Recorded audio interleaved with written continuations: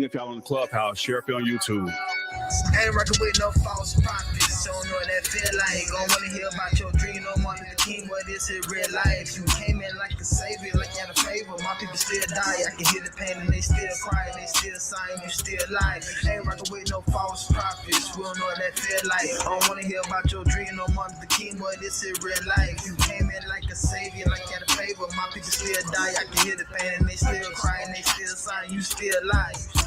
It's a lot of bloodthirsty wolves rapping in the prey wearing sheep's clothing. And I don't like snakes, keep my grass cut so low you can't even mow it. Boy, your ears itching, you a hypocrite. What you doing when the book trolls? Woe to the pastor that scattered the chosen, causing division, we gotta expose it. My people, they out here starving, you at the ATM making deposits. Some of these niggas be worse than these Christians with fridges and ribbons on hips of their garments. Do anything for the clout, praising your house shot out of your mouth, but lead us to slaughter like slaves in the auction. You traded your life in the field for a house. In the latter days, there'll be many that are going to depart from the faith, giving heed to seducing spirits, doctrines of devils falling away. And in that day, many shall say, have we not prophesied in that name? But all those that loathe thy law, the same will know it after death through pain. Like damn, you was just banging on Esau. Now you all hell banging on these laws. What's up with your doctrine? I thought you was solid, my nigga. I never thought you was a fall. I know we all gotta answer to God. Yeah, how wish I know that I'm bearing my cross. But any man teaching, don't keep the commandments, at least up in heaven. I'm praying for y'all. False prophets, don't know what that feel like. Don't wanna hear about your dream, no Martin Luther King, but this is real life. You came in like a savior, like you had a favor. My people still die. I can hear the pain and they still cry, they still sighing, you still lie. Ain't rockin' with no false prophets. We don't know what that feel like. Don't wanna hear about your dream, no Martin Luther King, but this is real life. You came in like a savior, like you had a favor. My people still die. I can hear the pain and they still cry, and they still sighing, you still lie. So we about to get started. Awesome show for y'all tonight. 113 on the YouTube side. It should be 113 likes. Y'all know how I go. Wipe off your feet when you come in my house. That's how we respect in the South. On the Clubhouse side, hit the ping. It's gonna be a great conversation. All respect, all love. Shout out to both brothers that's with us tonight. We about to get started in a second.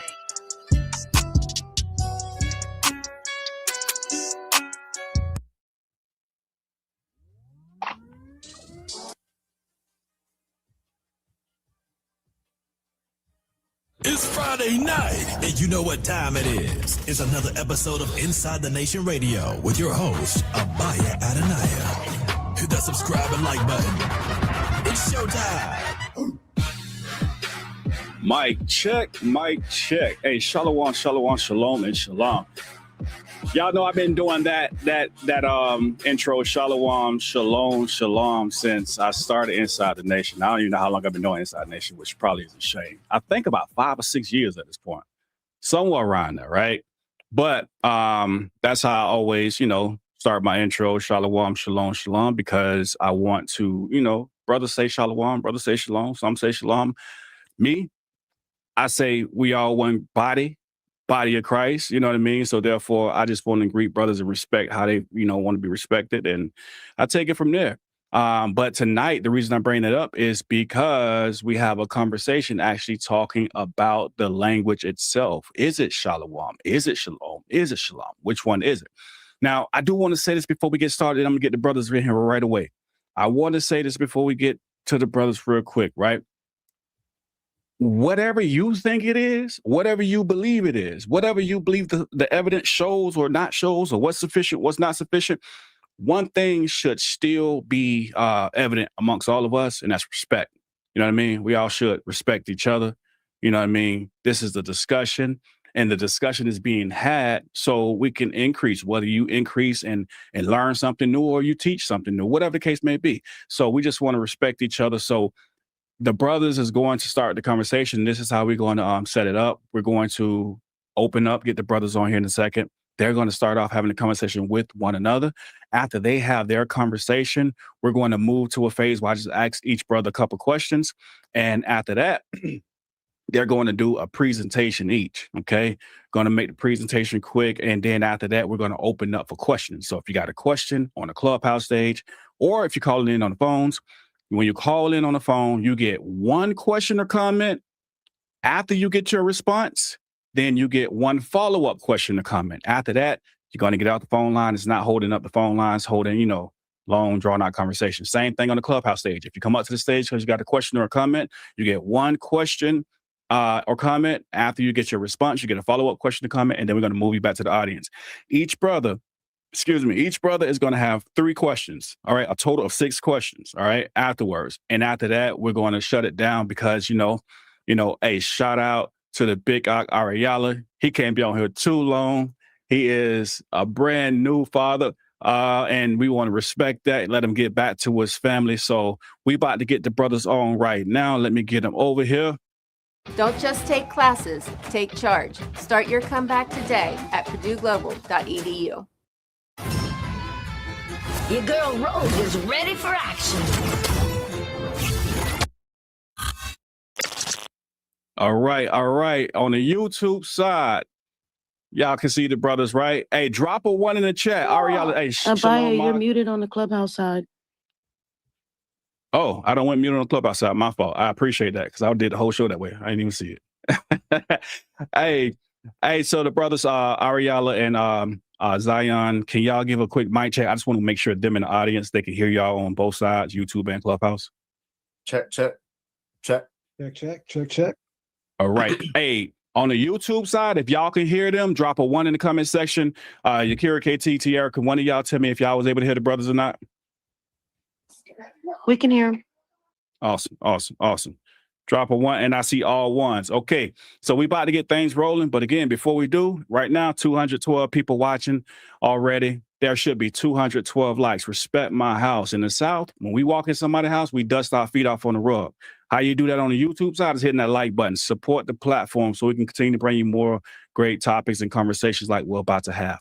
But without further ado, let me back up because y'all ain't come to see me tonight. Y'all came to see these 2 brothers have a great conversation. 2 scholars, you know what I mean, have a great conversation. And so I'm going to back up.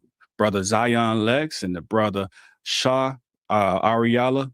I'm going to let y'all have it. Whoever want to go first, I'm going to let y'all jump in. We'll start the conversation about the language. Why we here? Oh, praise to the Most High. You can start off with Zion. All right, I think we basically here to decide, which is the language of our ancestors.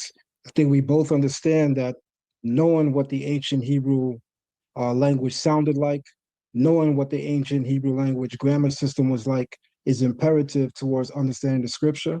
And it's also imperative towards the revival of the culture and system within the language. So that's all I'm here for. Nothing personal. I actually like Ahrayahla. I'm not too familiar with him in terms of all of his teachings. And from what I saw so far, I actually like the brother. I'm not coming here to be a church member, sing kumbaya, but by all means, regardless of a difference of opinion, that's still my brother. And, hopefully we could put on a great show for the people. Awesome. Praise to the Most High. So, I agree with, what the brother's saying, of course, I am a former member of Sakari, right? One of the founding members of House of Bread. And of course, we come from what's categorized as the One West ilk, so to speak.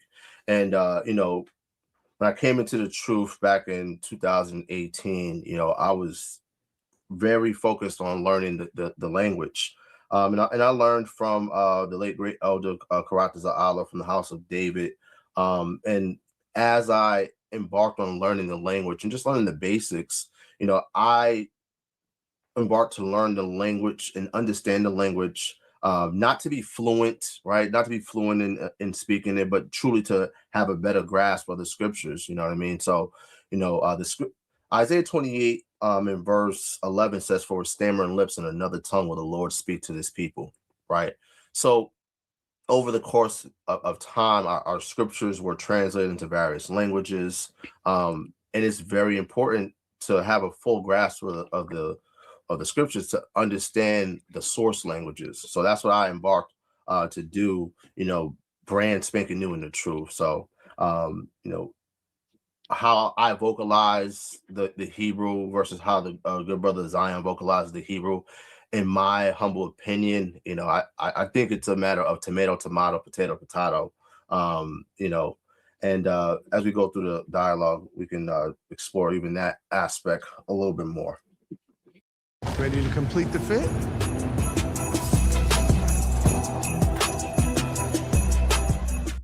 You're at your child's sports thing, but you want a burrito. Your rental house cupboards are empty. All right. So here's what we about to do. We just going to jump into the conversation. You guys, a lot of y'all are here because y'all saw the brother Zion Lexx do a presentation on this platform. He also did one on his platform, and the brother Ahrayahla did a peer review on his platform. And a lot of people, if not everybody here, saw that. So there's no need for long drawn out introductions. We already had that. So I'm just going to move myself out the way. And brothers, let's talk about it. Why is the Lashawan Qadash wrong, or why is it not wrong? Like, is it correct language or is it not? I'm gonna let y'all have it. So I'll say this, right? As I embarked to learn the language, of course, I learned from the perspective of the viewpoint of Lashawan Qadash, right?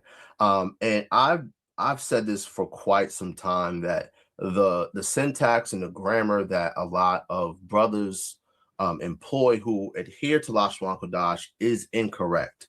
When I look at the language, I look at it from how the scriptures, how the actual text examines the language, right? So I'll give you an example. A common phrase in the Hebrew Israelite community of the One West Oak is Yahweh Bahashem Yahweh Shar Ahrayahla. And that is poor grammar. So understanding the grammar, understanding how to properly form sentences in Hebrew is important, right? That's grammatically incorrect. We have examples of this in the scriptures, right? When we look at the blessing that Moses tells the Aaronites to bless Israel with, you see the phrase Yabaraka Yahweh, right? Wa Yashamarka, wa Ya'ar Yahweh, Pani wa Aliyaka wa Yachanka, right? That's how I will vocalize it in the Lashawan Qadash, right? Obviously, my good brother Zion will vocalize it differently.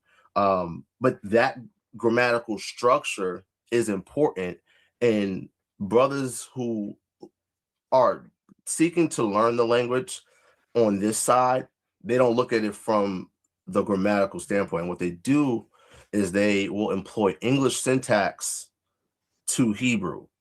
And when we look at the English language, look at the Hebrew language, they're different. Like, for example, kind of like Spanish, you will have the noun, right? And then you will have, let's say, for instance, in Spanish, right? I want to say a blue book. You will say libro azul. It's the same in Hebrew, where the noun, the adjective comes after the noun. But because brothers are looking at the Hebrew language from a English perspective, that's where the grammar issues come into play. And I'm sure the brother Zion would agree with that. All right. So what I'll say to that is that for me, it's hard to decipher or differentiate Lashawan Qadash from what we call in biblical Hebrew Lashon Kodesh. For me, it's hard to look at the difference as a mere one is saying tomato, the other is saying tomato. From an English perspective, it really doesn't matter whether you're saying tomato or tomato, because both words mean the same thing. Hebrew is different, though. And that's why it becomes problematic, because Aleph is the letter one. It's also the word for teach. It's also the word for ox. Aloof is the word for chief. It also can mean a chieftain or a group of chieftains, as in the book of Genesis, chapter 36, the chief men over the Edomites, they're called Aloofim, right? So when you shift the vowel, you can quite literally change meaning. So in an English paradigm, and in the English experience of language, tomato, yeah, it doesn't matter, because there is no alternate term tomato that would mean anything different from tomato. Whereas Hebrew, that's absolutely a different word once you change that pronunciation. And then where I want to gradually take us is to also understand this. Lashawan Qadash is not simply a vocalization system. It's an alphabetic system, right? And so it's syllabic in nature, the way that it's treated. They say ba, ga, da, ha, right? So every consonant is a syllable. That's problematic, because we know from the ancient record, as well as what we see in modern history, that every Hebrew letter represents an idea that actually comes out in a word. So the first word is not it's Aleph. And Aleph can mean an ox. It can mean teach. The second letter is Beit. That's a house. That can also be an academy. So ba, ga, da, not only, negates all of the rules within the language, but it also negates the lexical value of each word. All of us, I can't maybe not say all, most of us grew up where English is our first language. I grew up in a Caribbean home where patois was my first language, but for most of us, English was my first language, right? So for us, that experience is quite different than people who are, polyglots or speak more than one language. So again, harping on this notion that every word, every letter of the alphabet is actually a word. In English, we don't think that the word Nike, Nike, why was that word chosen for that name? What does N mean? What does I mean? What does K mean? What does E mean? None of us thinks about that in English because in the English alphabet, none of those letters have any meaning on their own. A is negative. It means to negate. X is the unknown. Apart from that, English has no meaning. Hebrew is different. The reason why Hebrew words carry the meanings that they have is because of the individual letters. So each letter of the Hebrew alphabet is an actual stone, and each stone comes together to give us a house, and each house tells us a narrative and paints a picture of what it is that we're looking at. So for me, that lies some of the difference. So what I'll say to that is, when I'm looking at the characters, I do look at them as, again, you say Aleph, I say alaw, right? You say Be, I say Bayaf, right? You say Gamel, I say Gamal, right? And that's what I'm talking about when it comes to like this tomato thing, right? You mentioned the word aloof. I would say alawap, right? So aloof, alawap, I don't see too much of a difference. Same thing with shalom versus shalom. I don't see too much of a difference. On your when you were on here last week, you had showed the Samaritan Israelite. And the way that he vocalizes Hebrew is different from the way that you vocalize Hebrew, right? But you could understand what he's saying. Build a website you love with Wix. For your words, why can't you understand what I would be saying, just me vocalizing it differently? It's an excellent point. I'll give the example that you just used. You said you would say alawaf. Am I quoting you correctly for alawap, right? Mm-hmm. So you're treating in the word alawap, you're treating the wa as a consonant. I'm treating it as a vowel. So by treating it as a consonant, you're now changing the root, and that's the problem.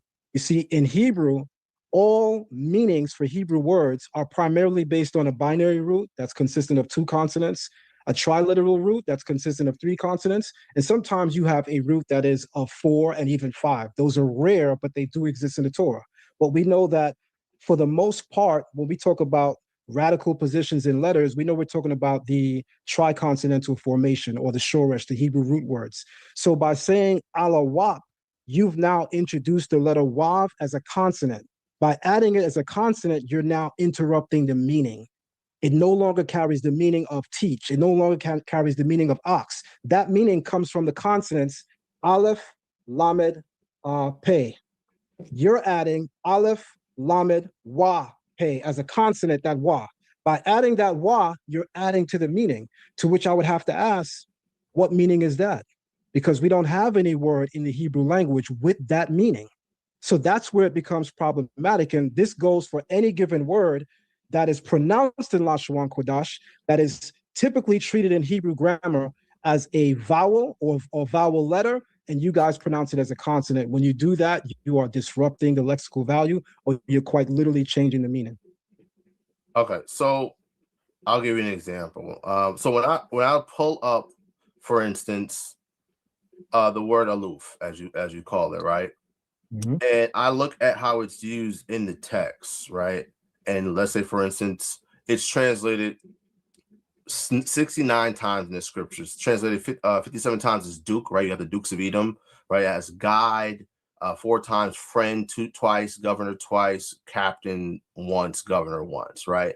So when I pull up this word, if I pull this word up in Strong's, right, on the blue letter, right, I'm going to see this word. I'll literally see aleph, lamed, wa, and pa, and then the root etymology goes back to the word alaw.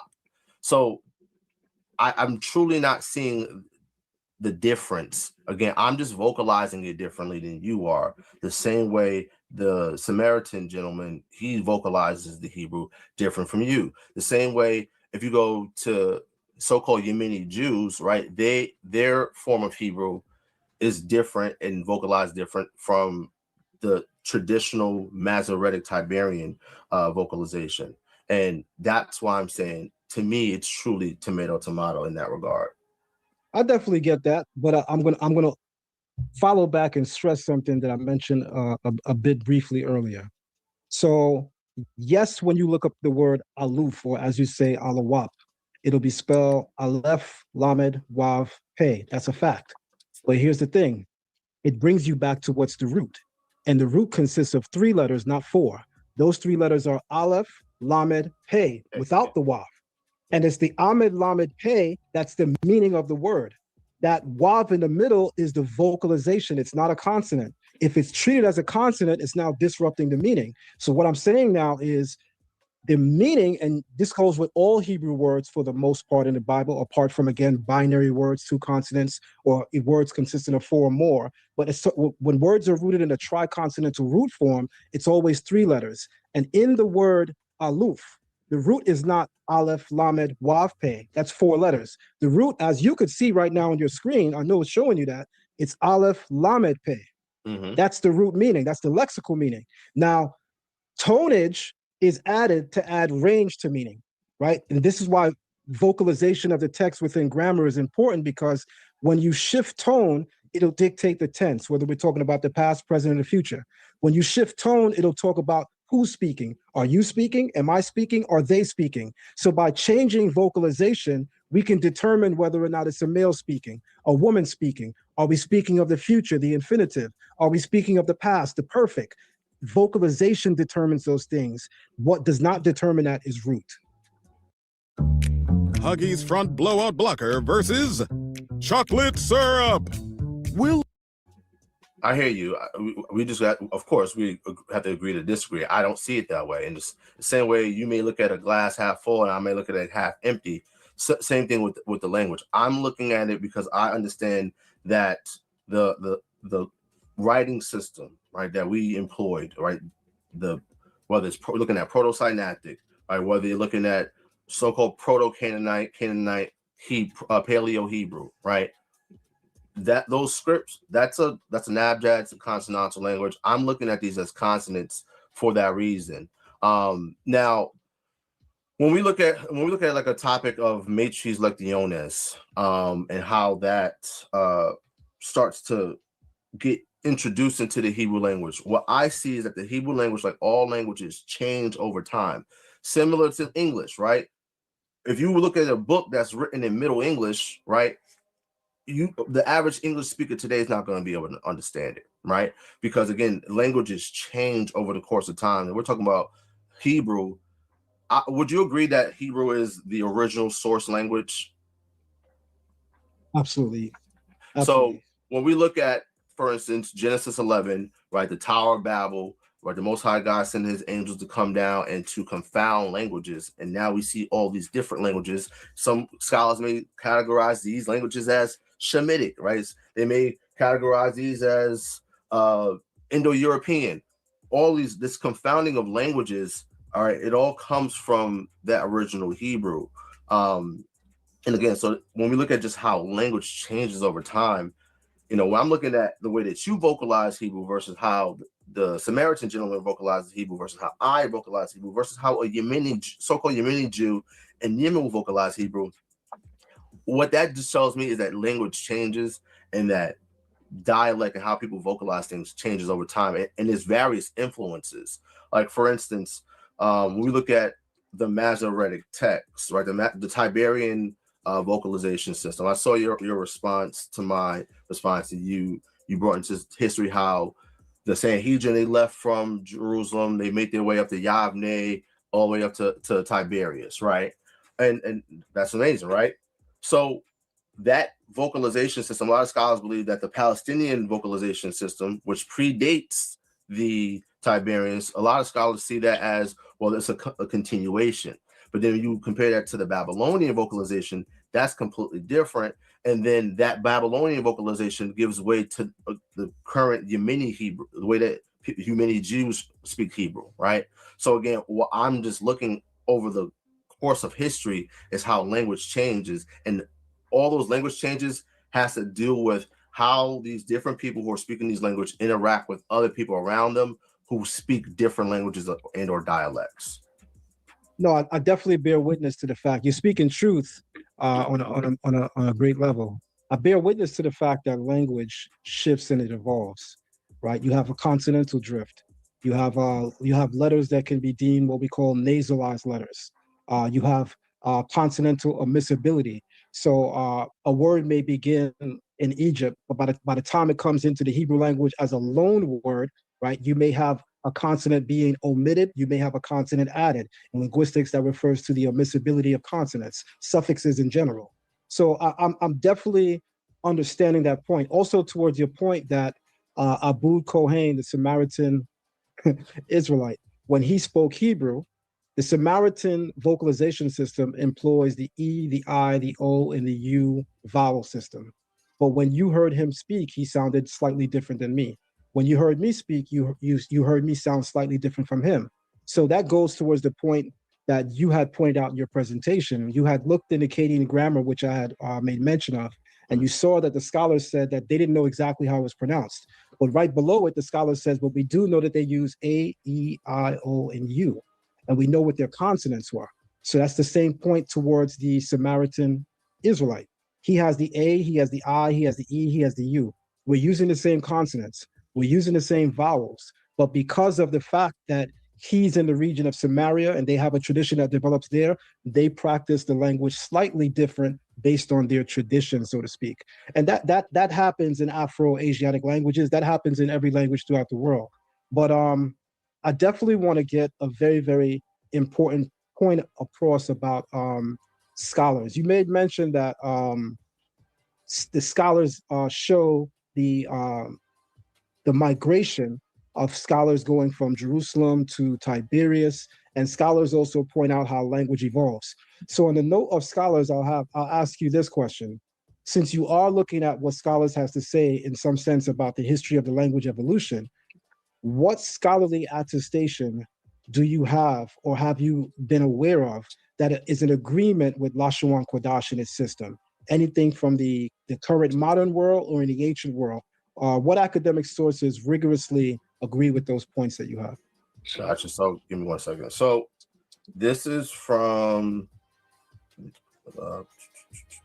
Salakia. Give me a second, right? And just to I'm going to answer your question, and you know, and this is my gripe with Hebrew Israelites, especially one West Hebrew Israelites.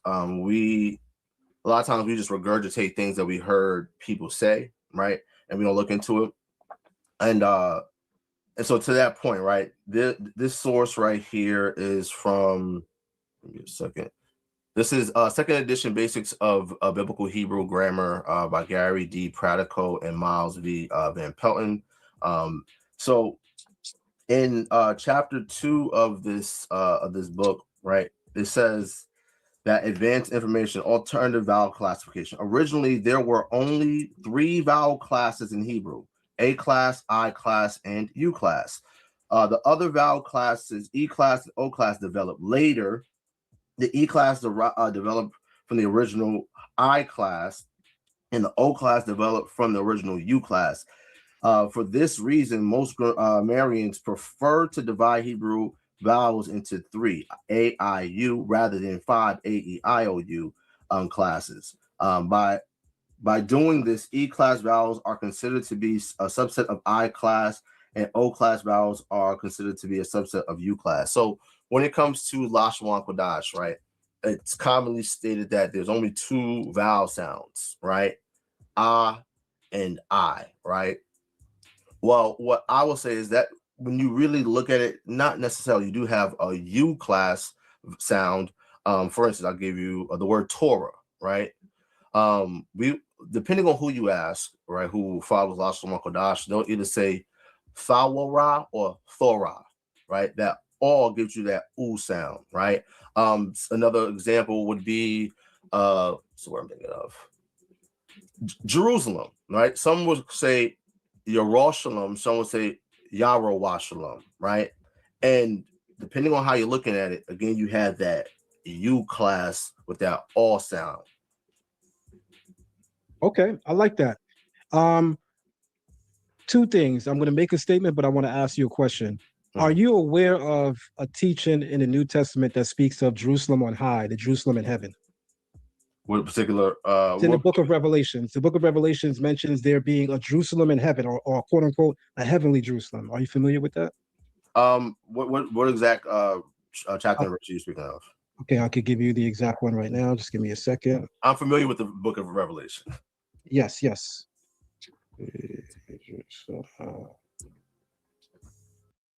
Give the gift of great sleep and get a free reward card only at Raymond Flanagan. Tem matador me procurando? É isso que você está dizendo? Okay, it's mentioned in Hebrews 12 and 22. It's also mentioned in Revelation 21. Let me see if I could get you the exact verse in Revelation 21, but it's in Hebrews 12, 22 through 29. It speaks of Jerusalem on high, or the Jerusalem in heaven. Matter of fact, I'll read it.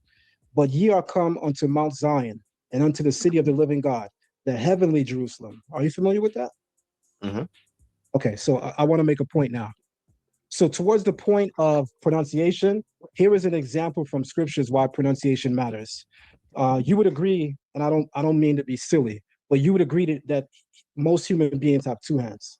That's the template and design, right? You would agree that we have two eyes, right? So in Hebrew, we have something that's called the singular, right? We have the plural, but we also have the dual. The way that they're differentiated is vocalization. The plural, you would say, is for male. We say im. The plural for female is ot. But then Hebrew accounts for what's called the dual. So the word for Jerusalem in biblical Hebrew is Yerushalayim, ayim. Anytime a Hebrew noun ends with ayim, that's the dual noun. When you're saying that in Lashawan Qadash, it doesn't account for that. So you're actually missing out on something that you wouldn't even need scripture for. Whereas a novice would need to read the Bible to know that there are two Jerusalems, one in earth and one in the heaven. Someone that knows the language, that never read the Bible, but if they hear me say Yerushalayim and they understand the language and they know ayim denotes dual, two, then they say, where's the second Jerusalem? And I'd say, what do you mean? And he'd say to me, well, you said Yerushalayim. So I know that there are two. The Hebrew word for hand is yad. I have two hands, so I have yadayim. The Hebrew word for eye is ein or anai. I have anayim, eyes, right? The dual plural is ayim. When you're saying that in Lashawan Qadash, that feature doesn't even exist because you're treating what we would refer to as vowels as consonants. And again, that is brutally changing the meaning. So question to that, how would you spell Jerusalem with Hebrew characters? Easy. Yerushalayim is spelled Yod, Shin, Resh, Yod, Lamed, Mem. You said what now? Yod, Shin, Resh, Ayin, Lamed, Yod, Mem. Well, and also to be clear, it varies in scripture. Sometimes the changing switches. So for instance, even King David's name, all throughout the book of Samuel's and Kings, David's name is spelled Daled Wav Dalet. In the book of Chronicles, and only in the book of Chronicles, apart from I think one or two Psalms, David's name is spelled with additional letter, the letter Yod. So sometimes variation in spelling exists, but that's the general spelling that I just gave you. Gotcha.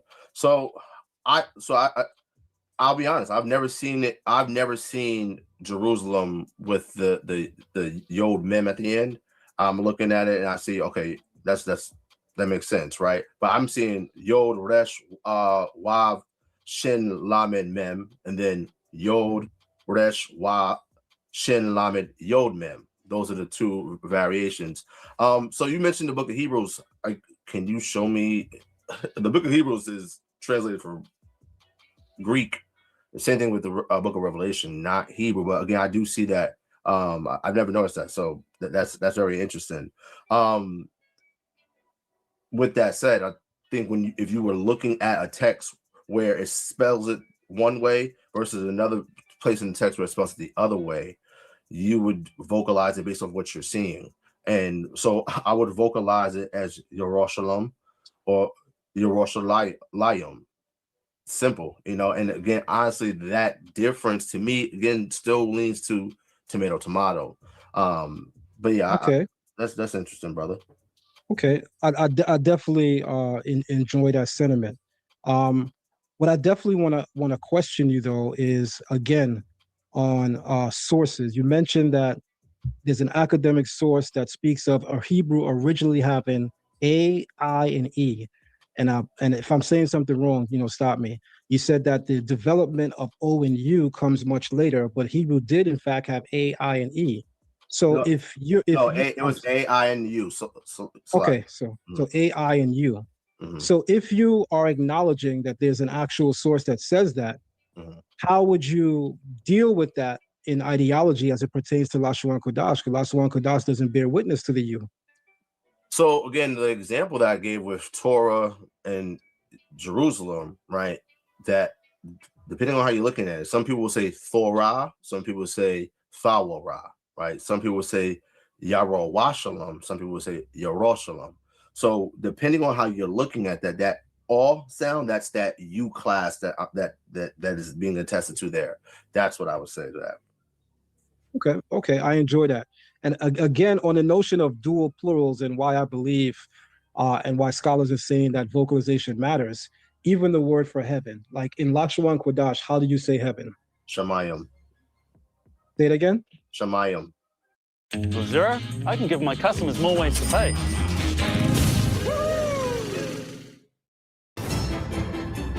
Your girl Rogue is ready for action.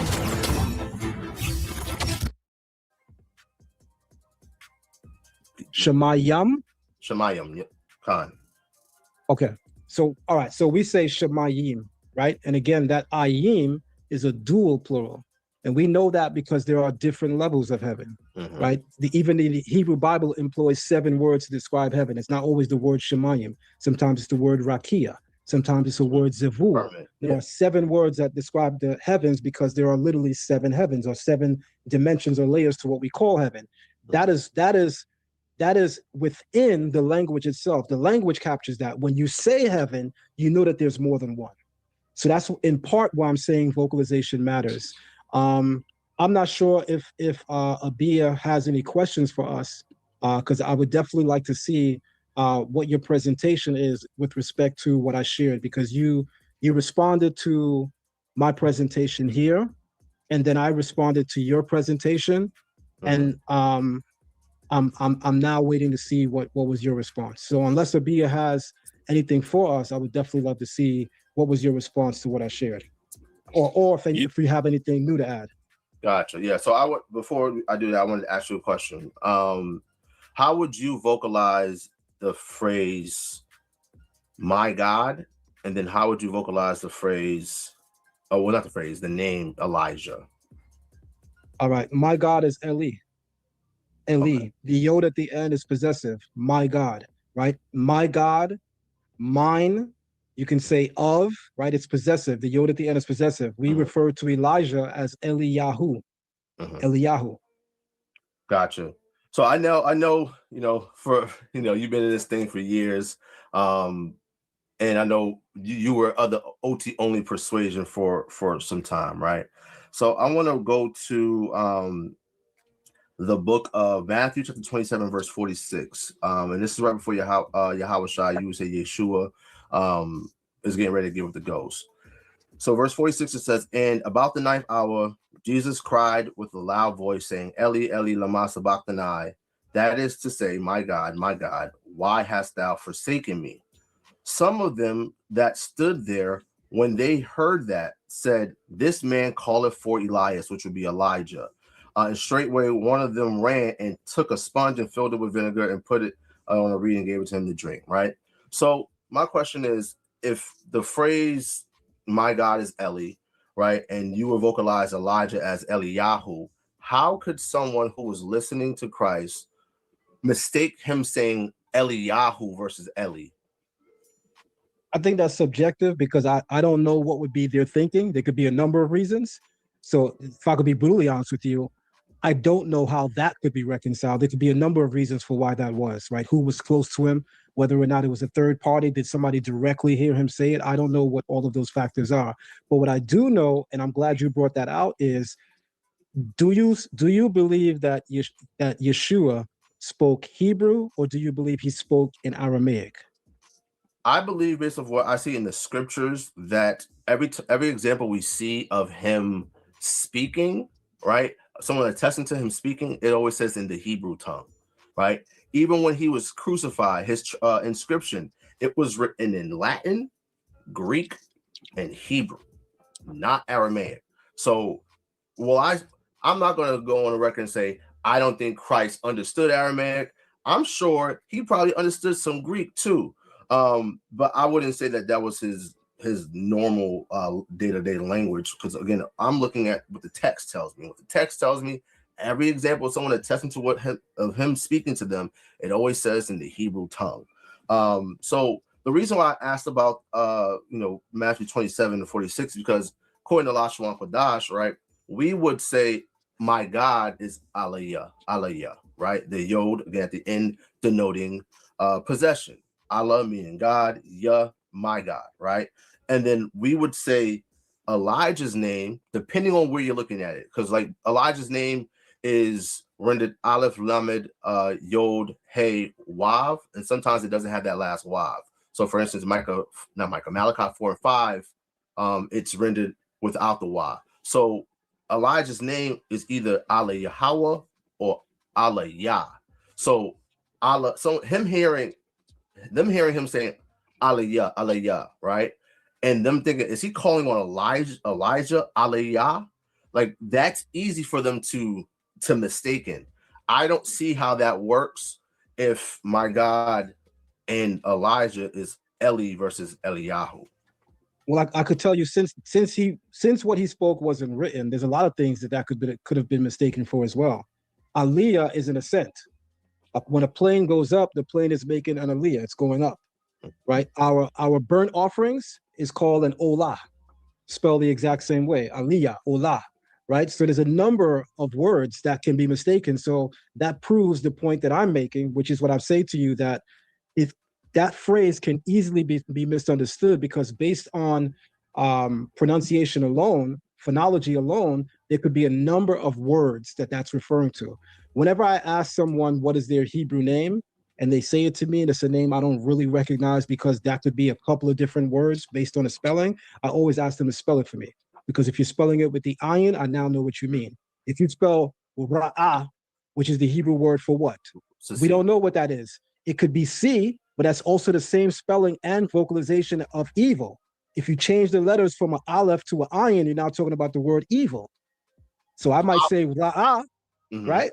Right? Which one am I talking about? So to my point, what I'm saying is anybody that knows the language knows that the spelling as well as the vocalization is important towards a word's meaning. And that's what I had in the presentation when I responded to you. Hebrew words are not getting their lexical value meaning primarily on consonantal development, but it's a combination between the consonants and the vocal, how you're saying it, right? So again, one word can have several different meanings. And again, that's very, very important.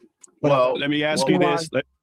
Let me add in really quickly before y'all go forward. So we're having a conversation first. I know we're going to get to the PowerPoints. I'm going to forego my questions because you guys are pretty much answering them anyway, what I was going to be asking. So we'll just go to that. So you want to agree that we'll probably go another 10 to 15 minutes, then we jump into the presentations? It depends, because I know Ahrayahla said. Yeah, we can go into the presentation right there, but I just wanted to ask you. So I just wanted to respond to that. So the word for to see in Hebrew, ra'ah, right, where we get the even word seer from, right? Even Reuben's name, right? I'm assuming you would say Reuven, right, or Reuben for Reuben, right? We would pronounce it Ra'awaban, right? Ra'ah, right, is spelled different than evil, which is either Rai with the IN, or depending on how you're looking at it, the word wickedness is Rashai. So again, looking at how I'm vocalizing it versus how you're vocalizing it, we're looking at it from a different perspective. And again, I see that as the same as how the Samaritan gentleman, yourself, as well as even the Yemeni, so-called Yemeni Jew, is going to vocalize the Hebrew language completely different. All right. I think the presentation is really going to spell out the major differences, but I'll add one more feature. So if we're going, and this is my last question to you before the presentation, if we're going by Lashawan Qadash, right?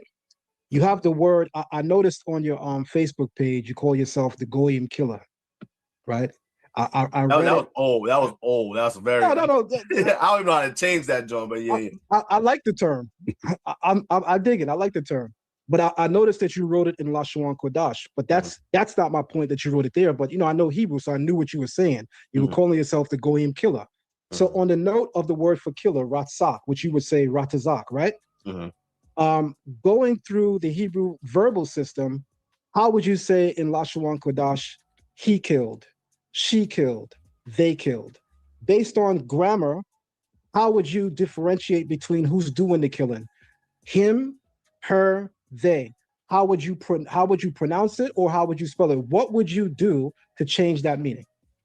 Yeah, so for he killed, from my understanding, and I'll tell you this, right? So it was a few weeks ago. I had made a post about Hebrew and how the way we here in the One West community we haven't looked at it from more of that grammatical side, right? So this is something that I've been diving into, is understanding the different roots, the different stems, like how to, like, because like for instance, I studied Spanish in school, right? So I know if I have an AR verb, an ER verb, an IR verb, I'm going to conjugate it a certain way in this given tense, right? As I'm looking at Hebrew and trying to figure out, right, looking at verbs and how to properly conjugate them, given the stem. So you have the stem, and then you also have the what's the face, Salakia. The term is evading me right now, right? You have the stems like Hefel, Hofel, so forth and so forth, Kital, right? I haven't found like a set like rule per se on how to go about and conjugate that verb properly. So in terms of like, for instance, he kill, I would say Yaratazach, Yah he kill. And again, depending on the tense that I'm looking to do, again, I haven't gotten to that point yet, and truly knowing how to do that for every single Hebrew verb. That's okay. I'll respond lightly and I'll say this. By saying Ya Ratazak, it is masculine, but it's masculine future. It's not he killed, it's he will kill. So you just made it based on that pronunciation and even spelling, you just made it he will kill. I'm saying he killed, she killed, they killed, right? Present tense or past tense, right? You said he will kill. That maybe we could argue that out, but all right. But yeah, I would love to see. So again, to answer your question, again, listen, guys, I am not Zion's peer, right? I'm not his peer, right?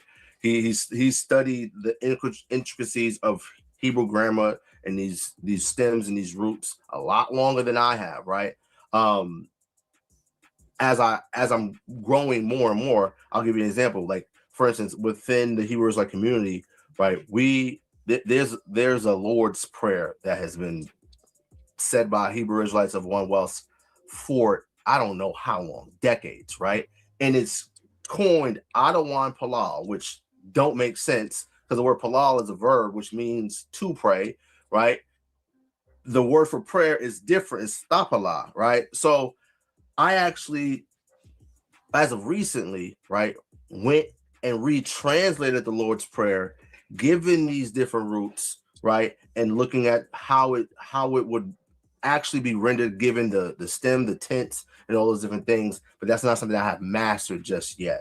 So again, the reason why I said just off the top of my brain how I would say that, right, again, being not completely ignorant of how these roots work, but not knowing all the intricacies of how to properly conjugate said verbs.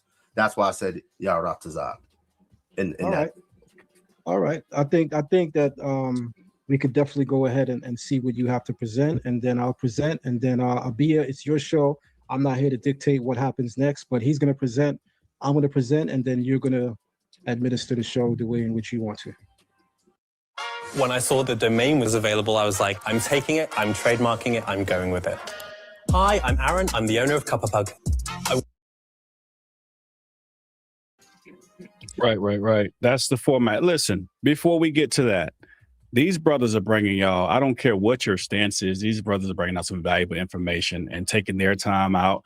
I'm taking my time out. Y'all on the platform. There is almost 400 people watching with 170 likes. Support the platform, support the effort, support the presentations. Hit the like button. It's free. You don't even have to pay for it. It's free. Trust me. You ain't going to get no bill in the mail saying you got to pay for it later. Hit the like button. Support the platform. All right. Let me get you set up here. Ahrayahla, I'm going to get your... And then we will get right to it. Give me 1 second. While I'm getting this set up, y'all make sure y'all hit the like button. If you're on the Clubhouse side, make sure you ping, because if they not over here, you know what I mean, getting this information, then, man, I don't know what to tell you. But anywho, let's do it. Are you ready, Ahrayahla, for your... All right, let me make sure I got it right. There we go.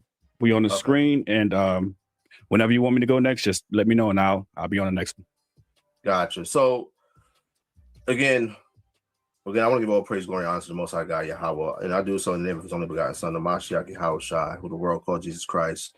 Again, obviously, I am pro Lashawan Qadash. Again, not everything that has been presented from the elders. Again, I truly believe that we need to grow, and we need to learn, and we need to advance, right? And this applies to not only the language. This applies to, you know, how we view certain prophecies, how we break down certain scriptures, things of that nature. The scriptures say in Daniel the 12th chapter that knowledge shall increase in the last, right? So all praise to the Most High. So the way I look at life in general, I'll try to look at life through the lens of the scriptures in all aspects, right? And for me, the most important thing is prophecy, right? The Apostle Paul talks about different gifts, right? Someone might have the gift of tongues, right, which is languages, right? Some may have the gift of prophecy, right? And prophecy, he tells you to covet that gift, the gift of prophecy, right? So that's how I look at everything from that lens, right? Let's go forward.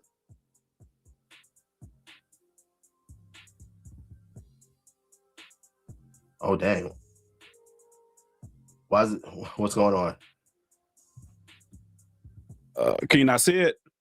I can see it, but all the words are messed up on the presentation. Yeah, I'm not sure what font you were using, good brother, but I could tell you from experience, sometimes depending upon whether you upload it from an iPhone, an Android, or even like an Apple laptop, the font will change based on certain systems, and it'll look just like this because the system may not be able to interpret it. So if this is Paleo Hebrew, that's definitely why that's happening, and it could be also Biblical Hebrew.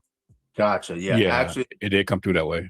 Okay. That's weird. Okay. No, I know why that happened now. Makes sense. So yeah, that's the reason why. So this is Revelation 19:10, right? And I'll just read it, right? It says, and I fell to his feet to worship him. And he said unto me, see thou do it not. I am thy fellow servant and thy brethren that have the testimony of Jesus, Yahweh Shai, Yeshua, however you want to pronounce it. Worship God, for the testimony of Jesus is the spirit of prophecy, right? So prophecy, right? That's the testimony, right? If we move forward, Isaiah 8:20, right? To the law and to the testimony, if they speak not according to this word, there is no light in them. So the litmus test and the standard is the law and the prophets, right? Move forward, please. And then, so here on this slide, I have the law and the prophets, right? So according to Isaiah 8:20, the law and the prophets is the standard. So my question is, what does the law and the prophets or the testimony say concerning this topic, right? If we move forward, Deuteronomy chapter 30, in verse 1, it says, and it shall come to pass when all these things come upon thee, the blessing and the curse, which I have set before thee, that thou shalt call them to mind, right? So this scripture, as well as other scriptures, show that how we would discontinue from our heritage, how we would lose ourselves, right? Thou shalt call them to mind among all the nations, whither the Lord thy God have driven thee, and shall return unto the Lord thy God and obey his voice according to all that I command thee, thou and thy children, all thine heart and with all thy soul, right? Again, you couple this with Jeremiah 17:4, which says that we would discontinue from our heritage. That includes our land, that includes the law, which is set up to be our inheritance, and of course, that would be our language, right? You can move forward. Yeah, Isaiah 28 and verse 9, it says, for stammering lips and another tongue will the Lord speak to this people. So prophetically, we see that the Most High God would speak to us through different languages, right? And this is why the transmission and the translation of the Bible has been paramount in us waking up and knowing who we are, right? How could Deuteronomy 30 be fulfilled, where it says that we will return to the voice of the Lord our God, and then he will redeem us, he will gather us from the four corners of the earth? How could that happen, right? If through all the curses that we will go through, we would be taken far, far, far away from our culture, far, far, far away from our identity, right? We would have to remember ourselves. And again, the prophet Isaiah lets us know that Most High God will speak to us with a different tongue, right? You can move forward. So Zephaniah chapter 3 and verse 8, it says, therefore wait ye upon me, saith the Lord, until the day that I rise up to the prey. For my determination is to gather the nations, that I may assemble the kingdoms, to pour upon them mine indignation, even all my fierce anger. For all the earth shall be devoured with the fire of my jealousy. For then will I turn to the people a pure language, that they may all call upon the name of the Lord to serve him with one consent, right? So here we see the Most High God through the prophet Zephaniah, right? He promises that he's going to return to us a pure language, right? What this tells me is that our language has become unpure over the course of time, and that comes through various different mechanisms, right? Through us going through captivity, right? I'll give you an example. When we look at pre-exilic Israel versus post-exilic Israel, right? We come back into the land, right? And we have all these names for these months, right? We literally adopted the Babylonian nomenclature for their months, one of which those months is called Tammuz. Tammuz is a pagan deity, right? So again, our language would become unpure over the course of time, right? Move forward, Baba Kushai. You're in charge of the savings only during the Buy More, Save More sale at Raymore and Flanagan.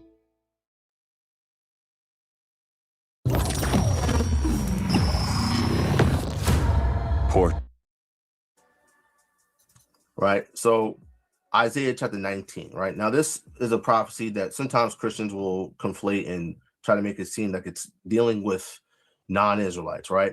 But we're going to take a look at this. So Isaiah chapter 19, verse 18, it says, in that day shall 5 cities of the land of Egypt speak the language of Canaan, and swear to the Lord of hosts, one shall be called the city of destruction. In that day shall there be an altar to the Lord in the midst of the land of Egypt, and a pillar at the border thereof to the Lord, right? When we look at Revelation chapter 11, verse 8, it says that our dead bodies will lie in the streets of the great city, which is spiritually called Sodom and Egypt, right? Talking about Babylon the Great, the place in which we live, right? So when we're looking at this prophecy in Isaiah chapter 19, it's saying that in that day, there will be 5 cities in the land of Egypt speaking the language of Canaan, right? This is a future prophecy, right? From when Isaiah prophesied it, right? So I see that as coming to pass today, right? Where here in Babylon, right, we see all throughout the scriptures that 10 and 7 are used as numbers of completion. Here we see the usage of the phrase 5 cities as opposed to 10 cities, right? So amongst the Israelites in Babylon, right, which is spiritually called Egypt, right? When we look at even 2nd Ezra chapter 14 and 15, the Most High God says that he's going to destroy all the land of Egypt, right? He will not suffer his people to live in Egypt anymore, right? This is talking about this place, right? So it says, in that day shall there be an altar to the Lord in the midst of the land of Egypt, and a pillar at the border thereof to the Lord. And it shall be a sign for a witness unto the Lord of hosts in the land of Egypt, for they shall cry unto the Lord because of the oppressors. Why would we be crying unto the Lord? It's because of the oppression that we're going through. And he shall send them a savior and a great one, and he shall deliver them, right? Going to verse 21, it says, and the Lord shall be known to Egypt, and the Egyptians shall know the Lord in that day, and shall do sacrifice and oblation. Yea, they shall vow a vow unto the Lord and perform it, right? Are we giving actual oblation, actual sacrifices here? No, right? But we make our bodies a living sacrifice. If you are a brother on these front lines pushing this truth, right? Bidding our people to the marriage as our king, as our big brother, and our Messiah, who the world calls Jesus Christ, commanded us, right? Verse 22 says, and the Lord shall smite Egypt, he shall smite and heal it, and they shall return even to the Lord, and he shall be entreated of them and shall heal them, right? So again, I had to put this last verse in here because when were the literal actual Egyptians ever with the Most High God, went away from them to return to him, right? This is clearly talking about us, right? And Isaiah speaks about this as well in Isaiah, the 11th chapter. So if you can go to the next slide, brother. Isaiah, one more.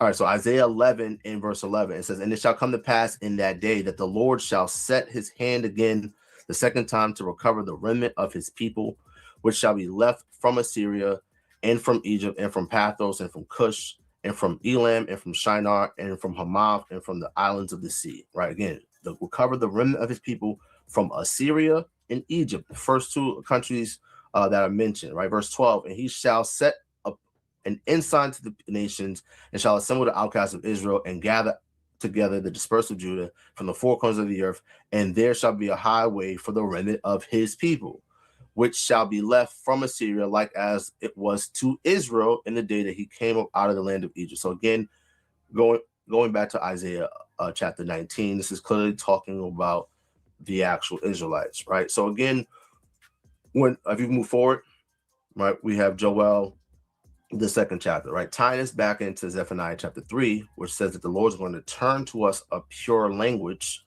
that we may call upon his name, right? Well, in order for us to deliver, right, we would have to call upon the name of the Lord. So Joel chapter 2 and verse 32, and it shall come to pass that whosoever shall call on the name of the Lord shall be delivered, for in Mount Zion and in Jerusalem shall be deliverance, as the Lord hath said, and in the remnant whom the Lord shall call. Now, when I first came into the truth, right, I used to teach that if you're calling on the name Yahuwah, right, if you're calling on the name Yahweh, I'm not sure how the brother Zion vocalizes the Most High's name, right, that, well, you're not going to get saved. And my stance on that has changed and has evolved over the years, because when you look at the word for name, Shum or Shem, depending on how you pronounce it, yes, it denotes a name, right? But when we look at, for instance, the Nephilim, they're in the Bible, they're said to be men of renown, right? That word for renown that's translated into English is Shem or Sham, right? So how were the Nephilim men of renown? They were known for the things that they were doing, right? The scripture said the Most High is known through his judgments, right? So it's a reputation, right? They had a reputation of being certain type of men, right? Same thing with the Most High God. So I don't teach today that, hey, if you're calling on the name Yahuwah, or if you're calling on the name Yahweh, or however, anyone who adheres to the modern vocalization for the Most High's name, I don't believe that you're not going to get salvation just because you're vocalizing it differently. And that's something that I've had to come to understand and evolve on as I've grown in this truth, right? But you can go to the next slide, brother. And if you could click this this video. So this is Dr. David Millian.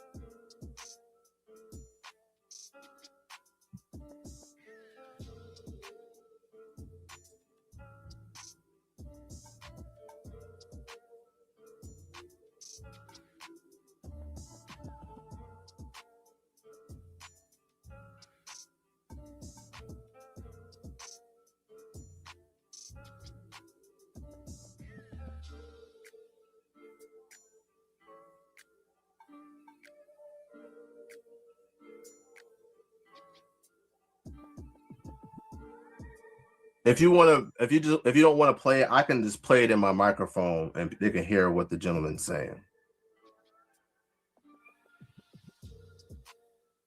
Okay. Okay, that's fine.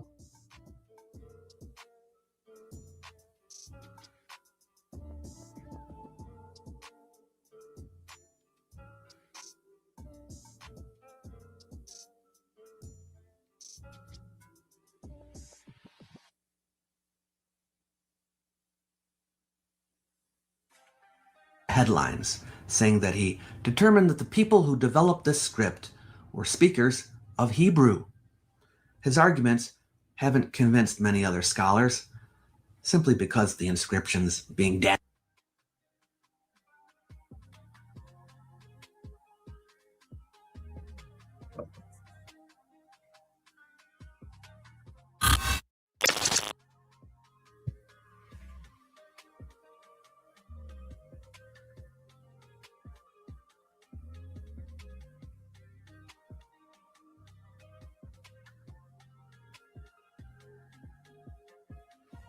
to sound in their own language. This is in the period of the 12th dynasty between about 1900 and 1700 BCE. So it would appear that people speaking a Semitic language and living in Egypt and Sinai adapted the Egyptian hieroglyphic or hieratic scripts to write their language using an epigraphic principle, the beginning of the alphabet. Proto-Sinaitic is the earliest known alphabetic writing system, and definitely the first in this particular line of ascent. You may have seen a few years ago that there was a scholar who made the headlines saying that he determined that the people who developed this script were speakers of Hebrew. His arguments haven't convinced many other scholars, simply because the inscriptions being damaged and worn are hard to read, and no consensus has been reached on what they say. And with a script that doesn't have vowels, the exact pronunciation of words is guesswork, and it's difficult to tell the difference between Semitic dialects with such a system. Okay, let's listen. So the reason why I put this here is because this historian and scholar.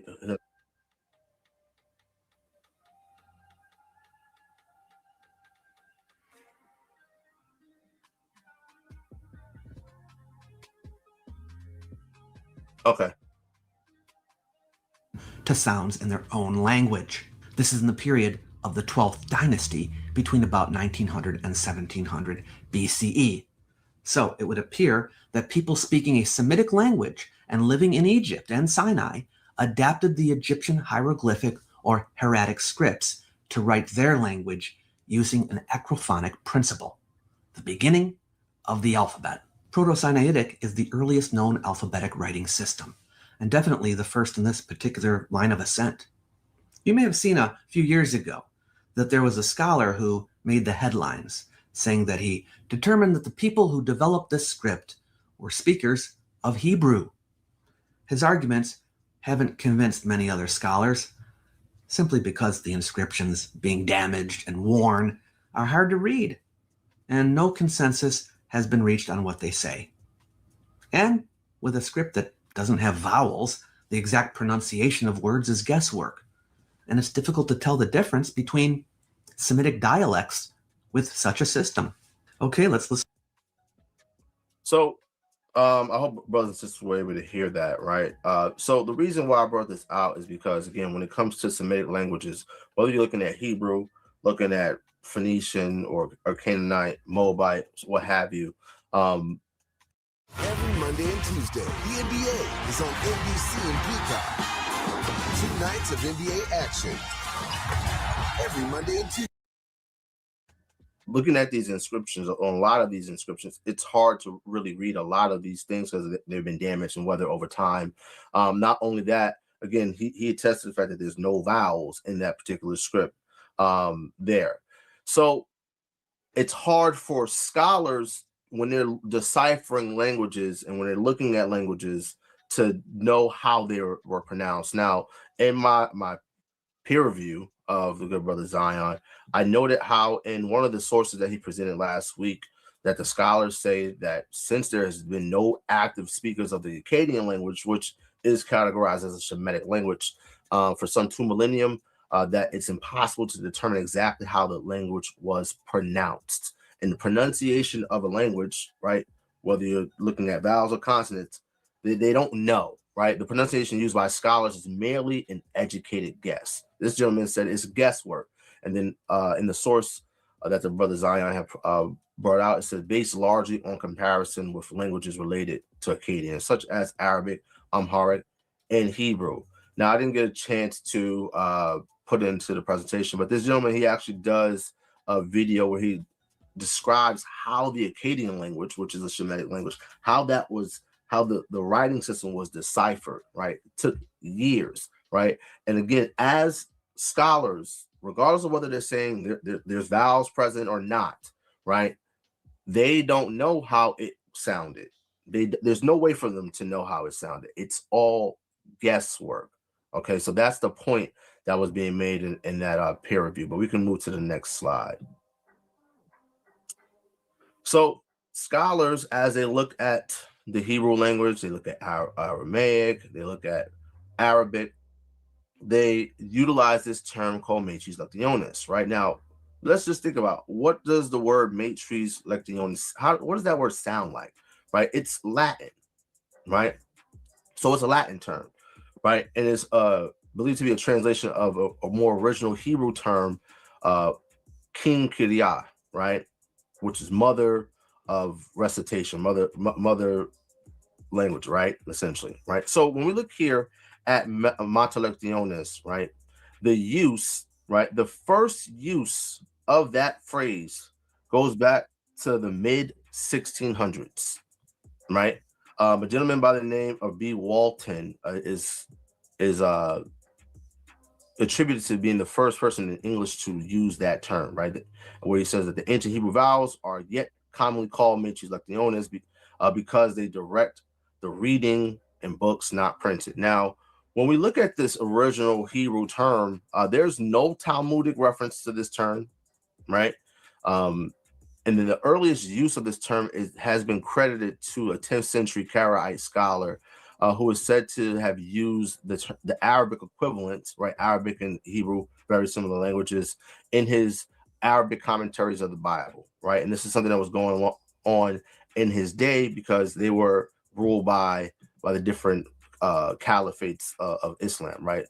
And of course, the language of that was Arabic, right? So he made all these different commentaries on the Bible in the Arabic language. So this is a newer term, right? It's been coined by scholars as early as 1659, right? When we look at the Hebrew equivalent, right, there's no mention of it in Talmudic references, right? And then the earliest that this term is said to be used by someone is a Karaite scholar in the 10th century, right? I don't believe that those people are actually Israelites. And again, when we understand how languages change over time, and as I've painted through biblical prophecy, how language would change over time, and how the Most High God would have to restore unto us a pure language. Our language has been made impure through the influence of other languages, the same way we as a people have been made impure, right? Through us mixing and mingling and engaging with the heathen, right? You can go to the next slide. So different vocalization systems, right? So you have three mainstream vocalization systems, right? You have the Palestinian, the Babylonian, and the Tiberian, right? So the Masoretes at Jerusalem, they're the ones that developed the Palestinian vocalization system. This dates back to the 7th century AD. An example of this is the Masoretic Vocalization, right? This is the name of the document, right? When we're looking at the Babylonian vocalization system, the Masoretes at Babylon are the ones who developed this. Dates back to the 6th or 7th century AD in the Codex Babylonicus Petropolitanus. That document is one of the attestations to this vocalization system. And then lastly, we have, of course, the Tiberian vocalization system developed by the Masoretes at Tiberias, dates back to between 750 to 950 CE, which would be the 8th to 9th centuries AD, right? And of course, we have the Masoretic text as the prime example of this. I had a crazy idea. We were surprised that no one had done it before. Success doesn't follow a formula. And neither do you. Who knew that dancing with dogs could actually become my career? Planning ahead. I knew that the experience was going to start when people go into the website. Or playing it by ear. I saw the opportunity and built my own online empire. Always moving forward. Our website is the core of everything. Your website, your journey. Succeed your way.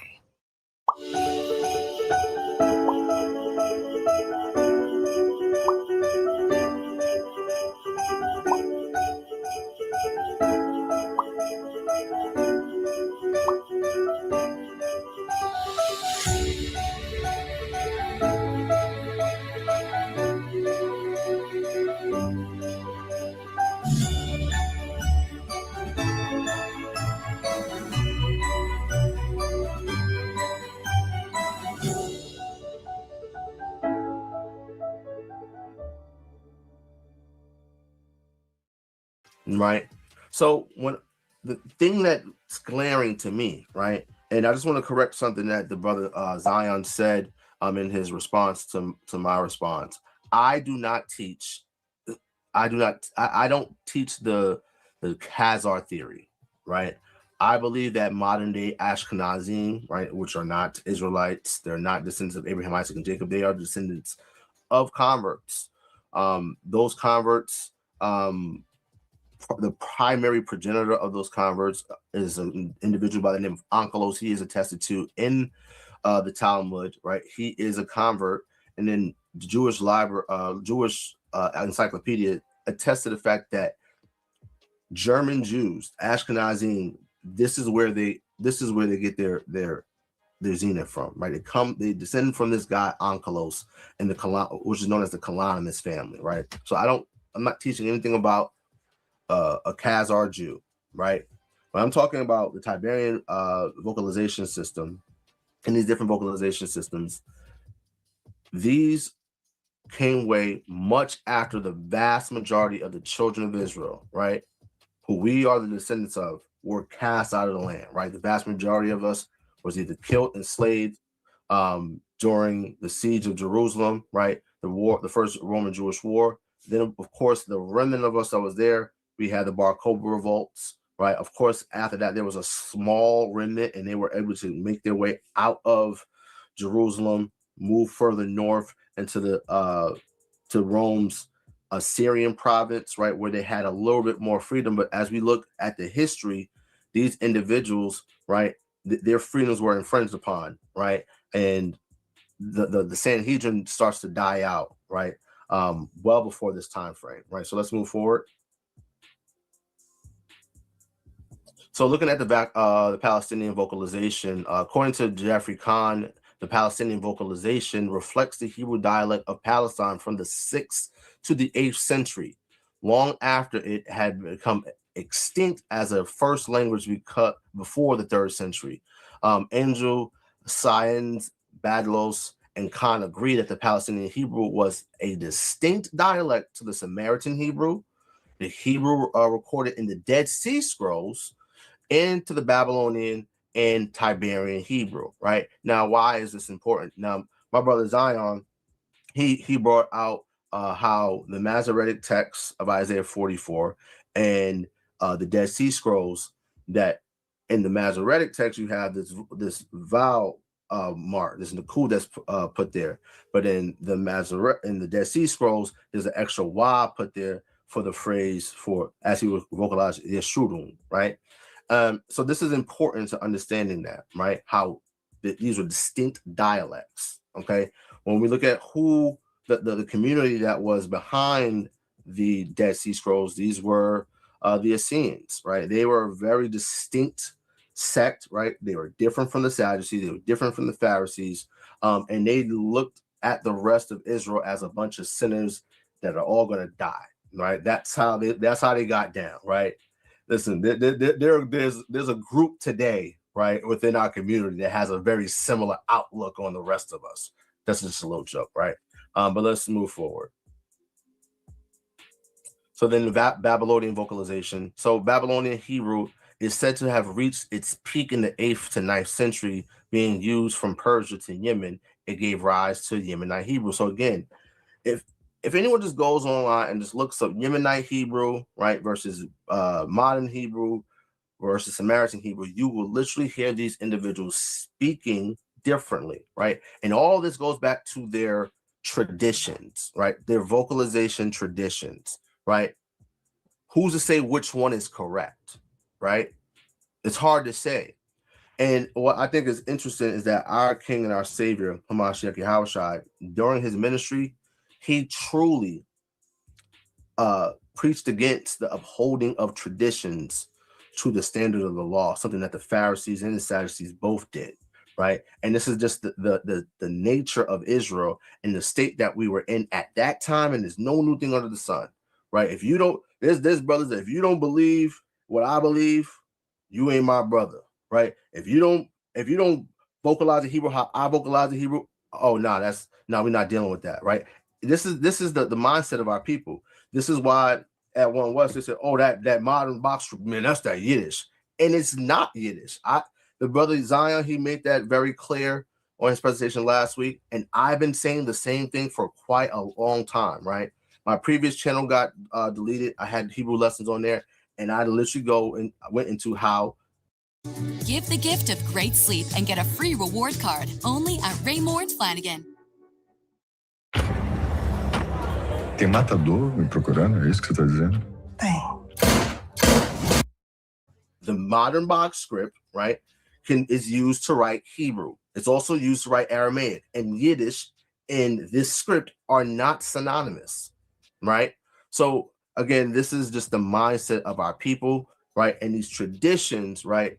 That's what they are. They're traditions, right? The scriptures talk about how our people are taught after the precepts of men, right? But how their hearts are far from the Most High. We can move forward. So this is the source I had read earlier, right? Which again is stating that Hebrew originally had an A, I, and a U class, and how the E and the O class, they stem from the I and the U class, right? So when Hebrew Israelites who are from the One West ilk, right?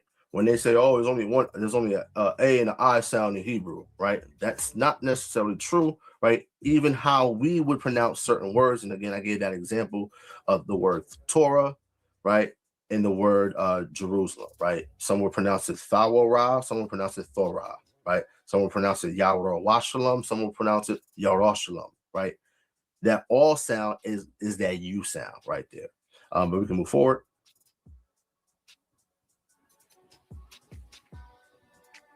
And that's pretty much it, right? Now, I didn't put it in the presentation, but I know the brother Zion, he had mentioned in his response to me that the Akkadian language that a lot of scholars attest to Arphaxad, right?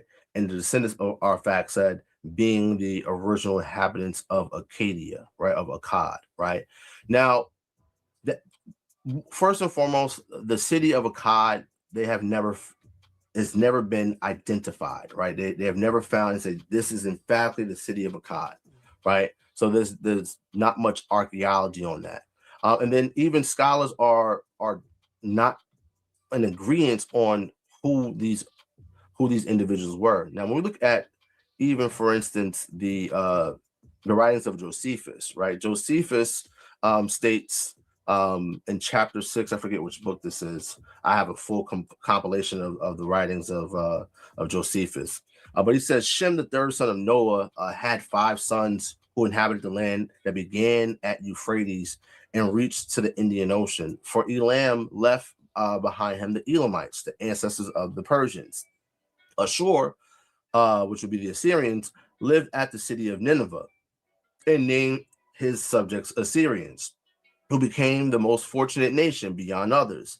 Arphaxad named the Arphaxadites, who are now called Chaldeans. Aram had the Aramites, which the Greeks call Syrians, right? And then he just goes on to list a bunch of different other people that are mentioned in the Table of Nations, right? So even Josephus doesn't agree that the individuals of Arphaxad, that they were legitimately the inhabitants of Acadia, right?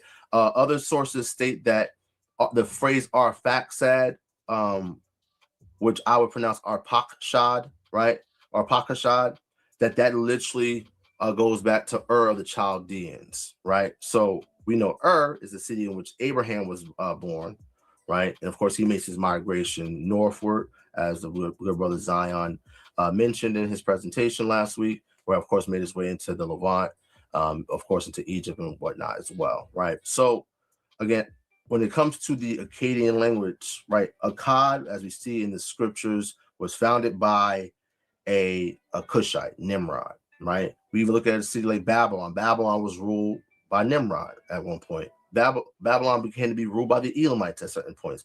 Babylon was also ruled by the Amorites, right? So you have various different people groups that ruled these different cities. So to say that, the Akkadians are our ancestors, I can't agree with that. And of course, that was the basis that our good brother Zion had used to make the claim that, of course, this language has the vowel systems as well already in it. And of course, that would also be in Hebrew as well. But again, I showed a source where it says that in Hebrew, it originally had A, I, and U class vowels. And again, if you truly study Lashawan Qadash, and if you don't just regurgitate silly talking points over and over again, you will realize that we have a U class as well within our dialect as well. At the end of the day, how the language has changed over time is indicative in how languages change in general. And of course, prophetically, it says that the Most High God is going to restore to us a pure language. So when I look at that, I see that the languages in these different vocalization systems, whether it's Tiberian, Palestinian, Babylonian. On the 12th day of Christmas, my true love gave to me 12 ratchets tightening, 11 nailers nailing. That this is impure, right? And the Most High God is going to have to restore unto us a pure language, right? Also tying in Isaiah 19, that in the land of Egypt, 5 cities will speak the language of Canaan. With that, I yield.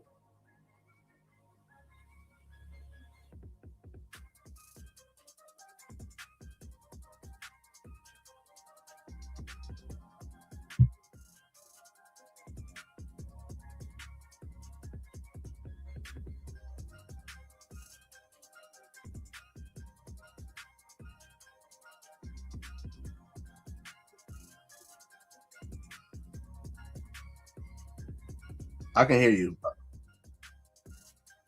Mm-hmm.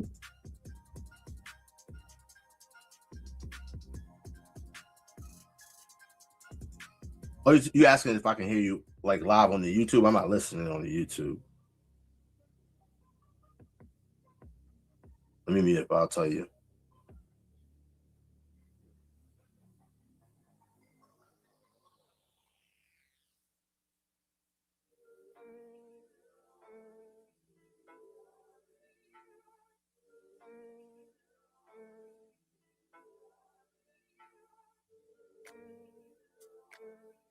No, I can't hear you on the YouTube app.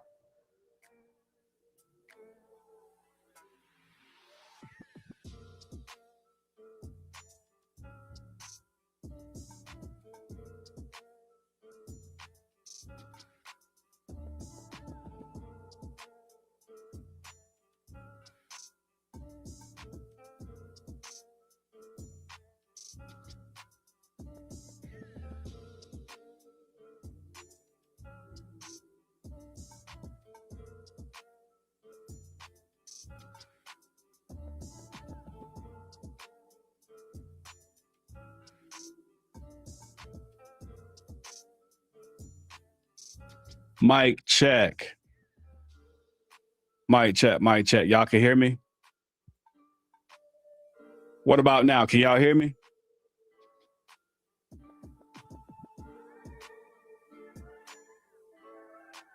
Okay, yeah, so I'm back. I'm back. All right. Well, my fault for that mix-up. I don't know what the program did to my microphone. It kind of deleted it when I changed those settings around. But I know y'all couldn't hear me before, but you didn't miss anything. I was just talking to Ahrayahla about making sure we got his presentation straight because I wanted y'all to really hear what the guy was saying on the screen. So that's all I was saying. We're about to get over to the brother Zion Lexx's presentation. So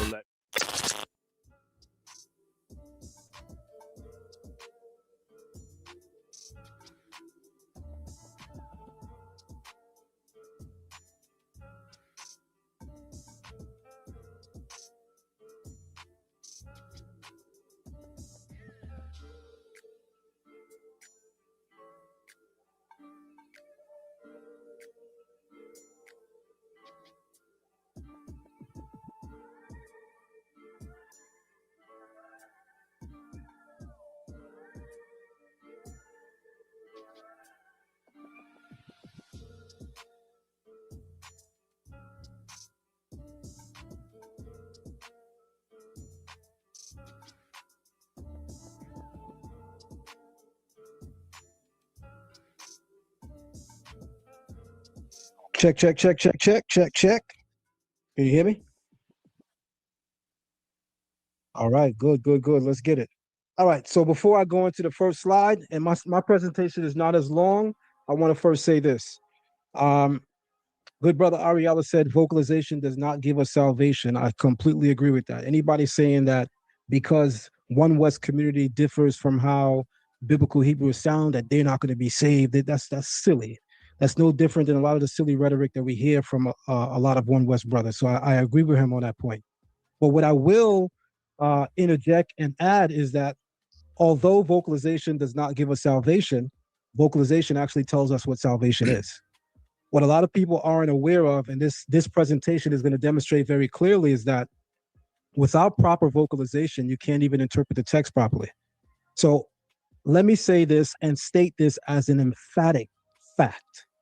As an emphatic fact. Anyone reading the Bible and understanding in the beginning, God created the heavens and the earth was formless and void, that's based on the Tiberian vocalization system. That interpretation that we get is based on the Tiberian vocalization system. If you change the vowels in any of those words, in any of the words of the Hebrew Bible, you've literally altered the meaning. So by default, de facto, anyone that reads the Bible and accepts its current reading in English, you're basing that on the Tiberian vocalization system, because every single word translated is translated based on the Tiberian vocalization system. That's an absolute fact. The second thing I want to say is this. He quoted a historian on language. Introducing Wyndham Rewards Insider, a new way to get the most out of travel rewards. Become an insider. I'm not sure if this historian has a language specialty. That we needed to hear that. No one wears every hat. There's a saying, jack of all trades, but master of none. I want to know whether or not he has a specialty in Hebrew, right? We didn't hear that. I know that he did a video, and oftentimes biblical theologians will comment on Hebrew without even knowing Hebrew. So no one that is a grammarian that studies Hebrew would take that person's word as fact. We want to hear that from the Hebrew grammarian. So I'm not sure. I'll leave that open-ended. I'll also say this. Any scholar that's saying guesswork doesn't know Hebrew. The way that the Bible is vocalized is not based on guesswork. It's based on rigorous study, rigorous compare and contrast, and I'll show all of that. Lastly, what I want to say before I get into my next slide, my next slide is this. I actually like good brother Ahrayahla, and I actually love our Israelite brothers. Had this been any other person, I would go into kill mode. Had this been any other group, I would go into terrorize mode. But I will never humiliate or dishonor my brothers simply because of a difference in theology or a difference in how we see language. So although there's a part of me that says it's time to tear up, go crazy, I'm not doing that with this brother. This brother's an Israelite. I just want to make that clear for the channel. So on that note, brother, let's hit the next slide.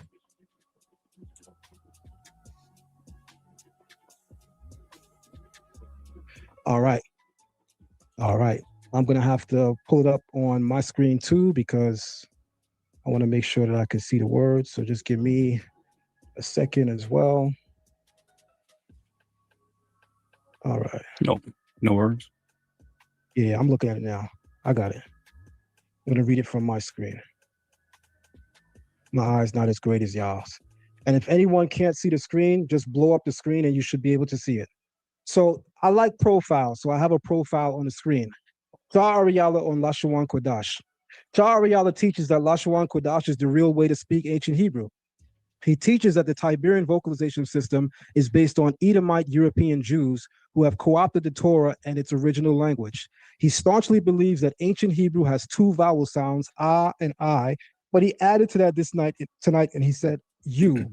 This position is fundamentally problematic because biblical Hebrew is not intelligible, translatable, or grammatically functional with only two vowel sounds. Hebrew meaning is encoded not only in consonantal roots, but in precise vowel patterns that determine tense, aspect, voice, gender, and syntactic role. Without a vowel system, distinctions between verbs, that was the question I asked him. Can you tell us how, based on Lashawan Qadash, whether we're saying he killed, she killed, or they killed? That's distinguished by the vocal system, and the fact that he was unable to do that should show everyone as proof the failure of Lashawan Qadash. Without a full vowel system, distinctions between verbs, nouns, and infinitives, participles, and construct forms collapse, rendering the Torah linguistically unstable and open to arbitrary interpretation. The Hebrew Bible itself preserves a robust record of pronunciation long before the Masoretes, as evidenced by matres lectiones in ancient inscriptions, Second Temple Hebrew, Dead Sea Scroll orthography, and comparative Semitic languages such as Akkadian, Ugaritic, and Aramaic, all of which preserve multiple vowels, A, E, I, O, U. A two-vowel model cannot sustain Hebrew morphology and would make consistent reading, legal precision, and narrative clarity impossible. Historically and linguistically, the claim that the Tiberian vocalization system is an Edomite European corruption is inaccurate and misleading. The Masoretes of Tiberias did not invent Hebrew vowels. They preserved an inherited pronunciation tradition rooted in the land of Israel, which aligns closely with the Samaritan Hebrew, ancient translations in the Septuagint, early rabbinic readings, and pre-exilic onomastic evidence. By rejecting this continuous transmission and replacing it with Lashawan Qadash reduced vocal system, Shar Ahrayahla effectively detaches the Torah from its interpretive framework and living grammar. This misappropriation of the vocal system strips the text of semantic precision, flattens its meanings, and imposes a modern ideological construct onto an ancient language. Rather than restoring ancient Hebrew, this approach distorts it, removing the Torah from the very linguistic mechanisms that safeguard its meaning, continuity, and intelligibility across generations. Let's go. Next slide.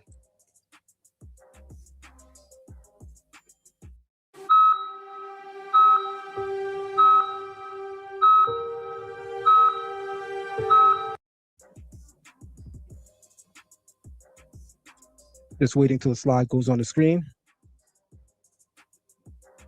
All right, good. The necessity of the Tiberian vocalization system for Torah interpretation. The Torah is not merely a consonantal text. It is a grammatical, syntactic, and semantic system in which meaning is carried by vowels as much as by consonants. Without the full range of the Tiberian vocalization system, Hebrew collapses into ambiguity, rendering verb tense, gender, number, voice, and syntax indecipherable or unstable. The Masoretes did not invent vowels. They preserved and stabilized a phonological system already embedded in biblical Hebrew, matres lectiones, and even Paleo-Hebrew traditions, such as the Samaritan Torah. Hebrew is a root-based language, but roots alone do not convey meaning. Meaning emerges when the root is vocalized. That's the voice that we're giving it in order to determine aspect, tense, infinitive. Remove the vowels and one removes the Torah's ability to communicate time, action, subject, and intent. Next slide.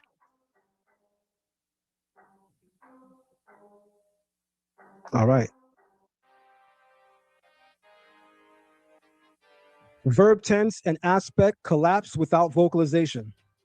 I want everybody to look at, in red, the two scripts. The first one is Biblical Hebrew, or Kitab Asherit. The other one is Kitab Ivrit, or what some people call Paleo Hebrew or Ancient Hebrew script. Verb tense and aspect collapse without vocalization. Consider the following consonantal root. Kitab. Without vowels, this root is meaningless. Once vocalized, Katav means he wrote. Hotev means writing, and that's now a participle, which is a verbal adjective. Yiktov means he will write. That's the imperfect. Kitov means write. That's the imperative. The way that we go through tense is through change in vocalization. Lashawan Qadash does not account for that. Therefore, if you're going by Lashawan Qadash, it is impossible that you're translating the Hebrew Bible accurately. Just as I asked Shar Ahrayahla a basic question in Hebrew grammar. How do you say he killed, she killed, or they killed? That's basic. That's biblical Hebrew 101. If you can't get past that, you're not ready to interpret the first page of the Bible. These are not optional interpretations. They are grammatical necessities. Without vowels, Torah narrative, prophecy, and law cannot distinguish past from future, command from description, or action from state. This same system functions identically in early inscriptions, Paleo Hebrew and Samaritan transmission. where matris lectionis already marked long vowels later fixed by the Masoretes. Next slide.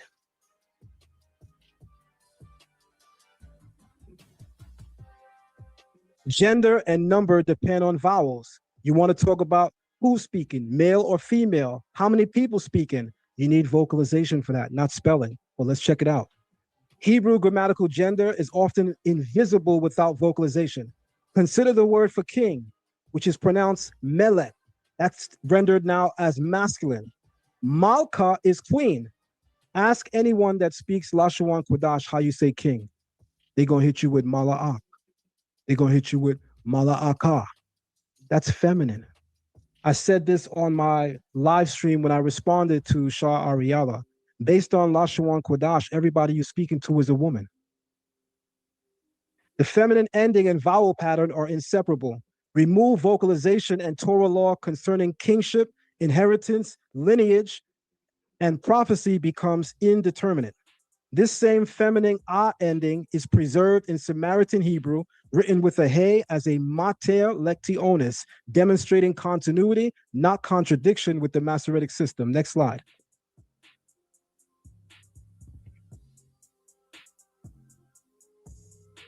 All right. Paleo-Hebrew and Samaritan agreement with Masoretic vocalization. The claim that Paleo-Hebrew lacked vowels is historically false. We know as a writing system, Paleo-Hebrew is an abjad. Abjads, as it pertains to alphabet, do not contain within the actual alphabetic structure vowels. But in Semitic speaking languages and in Semitic orthography, you do have various letters that serve or function as vowel letters. While it lacked diacritical points, it still used mater lectionis consistently, which are various letters in the Hebrew alphabet, which can function both as consonants as well as vowels. Just to be clear for everyone. You're in charge of the savings only during the Buy More, Save More sale at Raymore and Flanagan.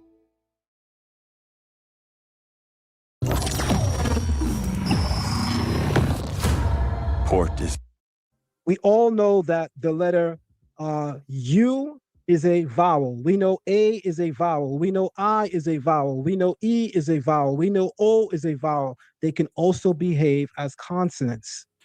There are various letters that can behave as a consonant as well as a vowel.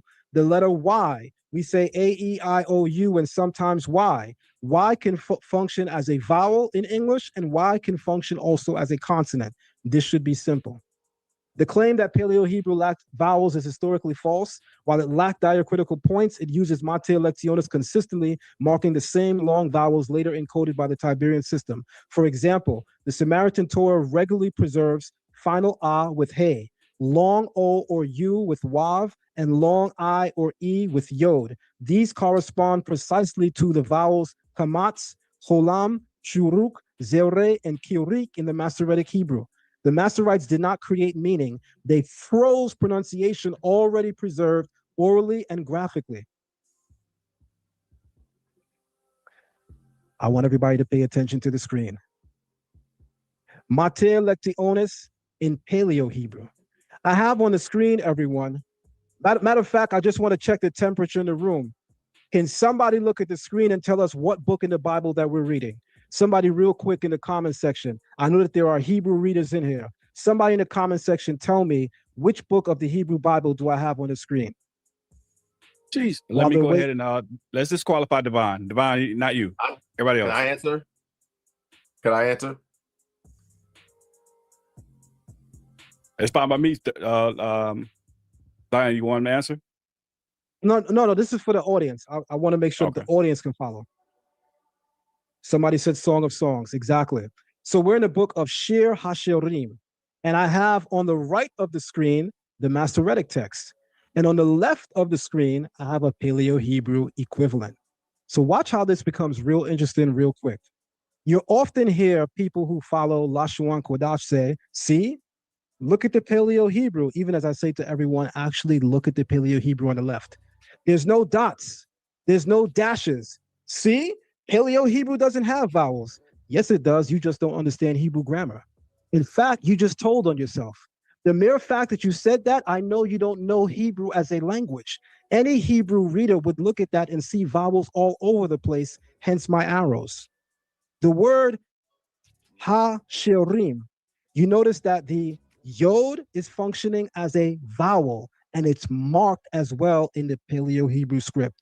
It is not functioning here as an actual consonant, which yod can. It's functioning here as a vowel. If you look at the first word again, shir, which is spelled shin yod resh, in the Paleo, the yod is not part of the consonantal root per se. It is here functioning as a vowel. Similarly, you have hashirim, where the yod is functioning here through the Kyric vowel system, where the yod is part of the Kyric, so it's giving the E, so therefore it's not functioning as a consonant, it's functioning as a vowel letter, or what we call mater lectionis, and that's right smack in your face in the Paleo-Hebrew. Below, everyone should be familiar with this statement. We love to say that the Bible tells of the true color and flesh and skin tone of the Israelites, right? Some people use passages that may not be accurate, but I think that this is one of them that is very telling. King Solomon says in Song of Songs, chapter 1, verse 5, he says, Shakora ani we anawa, I am black and deeply desirable. Okay, in the word shakora, you see the hey here functioning as mater lectionis, as a vowel letter. It is absolutely not functioning as a consonant. In the word for ani, slika, in the word for we anawa, you see that the hey on the end again is functioning as mater lectionis, is functioning as a vowel. In the next word, banot, which is banot Yerushalayim, O daughters of Jerusalem, the O of banot is clearly not functioning as a consonant. It is there as mater lectionis. And then you see the same thing once again in the word Jerusalem. It's not Yara Washalam, it's Yeru Shalayim. Yeru in Hebrew means city. Shalem is peace. Yeru Shalem is the city of peace. But if you're going to say Yara Washalam, I don't know what you just actually said, but I can tell you, you certainly didn't say city of peace. Next slide.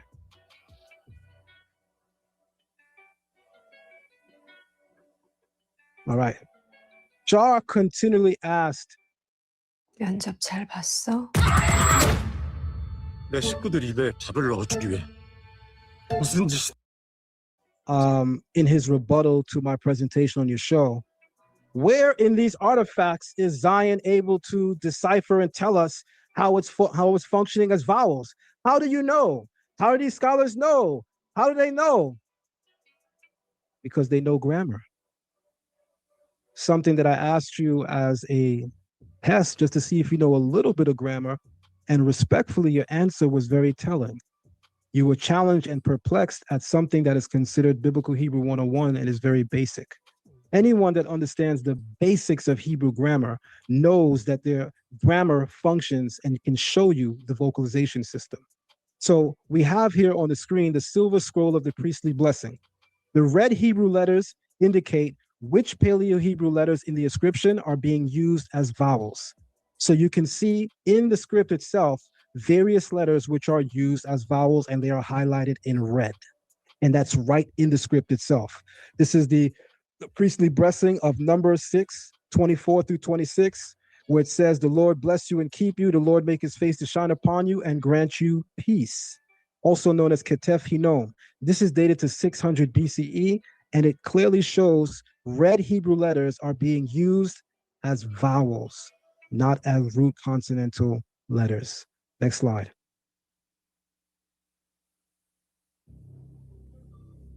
This is how the Masoretic text with vowel points writes the name of Moses in Exodus 9:29. So I want everybody to notice the image on the right. The image on the right is comparing the Masoretic text and the Dead Sea Scrolls. This Dead Sea Scroll is 100 BCE. So towards your point, Shar Ahrayahla, you said that the Edomites that are responsible for the Masoretic text, you said you don't teach the whole Khazar thing, but you do teach that they come from Ankylos. Well, ankylos is after the 1st century Common Era. I am now in 100 BCE. Ankylos hasn't even been a thought yet. His parents aren't born yet. This is before him. And before him, there's a Dead Sea Scrolls that shows Matres Lectionis. So this is a photo of Exodus 9, verse 29 from the Dead Sea Scrolls, circa 100 BCE, and Joshua 1:1 from the Aleppo Codex, a 10th century manuscript, Masoretic manuscript, both showing Mater Lectionis. But allow me to explain. This is how the Masoretic text with vowel points writes the name of Moses in Exodus 9:29. Note the kolam vowel, dot above the top left of the mem, that's this right here, and pronounce O, and the shin dot on top of the right leg of the shin, making it SH instead of S, as well as the segol vowel, 3 dots under the shin, making an sound. So in pronouncing it, we get Moshe or Moshe. Now let's look at it in the Qumran Scroll 2 from Cave 2, Exodus Fragment A. This is how this Dead Sea Scroll records the name of Moses. Look at that. They added a letter. What letter did they add? The letter Wav. Anyone that studies Lashawan Qadash, they know that Moses' name is spelled with 3 letters. Here in the Dead Sea Scroll, it's spelled with 4. But the 4th letter or the 2nd letter from Mem is not acting as a consonant. It is not part of the root. It's acting as a vowel, what we call Mater Lectionis, and that's clearly being represented here in the Dead Sea Scroll text. It's spelled Mem, Wa, Shin, Hey. Note that it contains an extra Wa. That is because this Mater Lectionis, the process of adding additional consonants that can double as vowels. Here the Wav is used to represent a vowel sound. You can actually see this difference in the image above, where I have drawn red lines between each letter. Note that the Masoretic has Mem, Shin, Hey, and the Dead Sea Scroll has Mem, Shin, Mem, Wa, Shin, Hey. This is easy. Now here, next slide, sorry. Here is where Lashawan Qadash completely falls apart. Completely falls apart. These are the 7 Hebrew verb stems, or what a experienced Hebrew teacher would call the 7 major verb stems, because there are more, but these are regarded as the major verb stems because of how consistent we see them. There are also Aramaic verb stems that are slightly similar, yet slightly distinct. You go from the kal stem, which is simple active or active simple. You go from the nifal stem, which is passive simple. You go to the hifil stem, which is active causative. You go to the pl, which is active intensive. You go to the pu'al, which is passive intensive, and you go to the hufal as passive causative. And then lastly, you have the hitpa'el, which is reflexive. But here's the bomb. The difference between all of this is vocalization. We speak of them as either the active voice or the passive voice. Why do scholars say voice? Because we're talking about vocalization. It's the vocalization of the text that will tell you the aspect, the tense, how verbs are behaving, whether an action is simple, whether the subject is doing the action, whether an action is passive, whether someone is doing something to the subject, whether an action is reflexive, the subject of the sentence doing something to themselves. Somebody, anybody, find me a Paleo-Hebrew teacher, so to speak, that follows Lashawan Qadash that can break down this basic element of Hebrew grammar without stuttering. Next slide.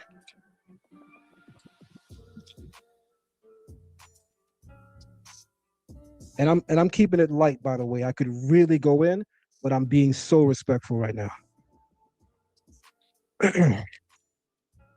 Now here is where things get interesting. I forgot to ask Ahrayahla this question.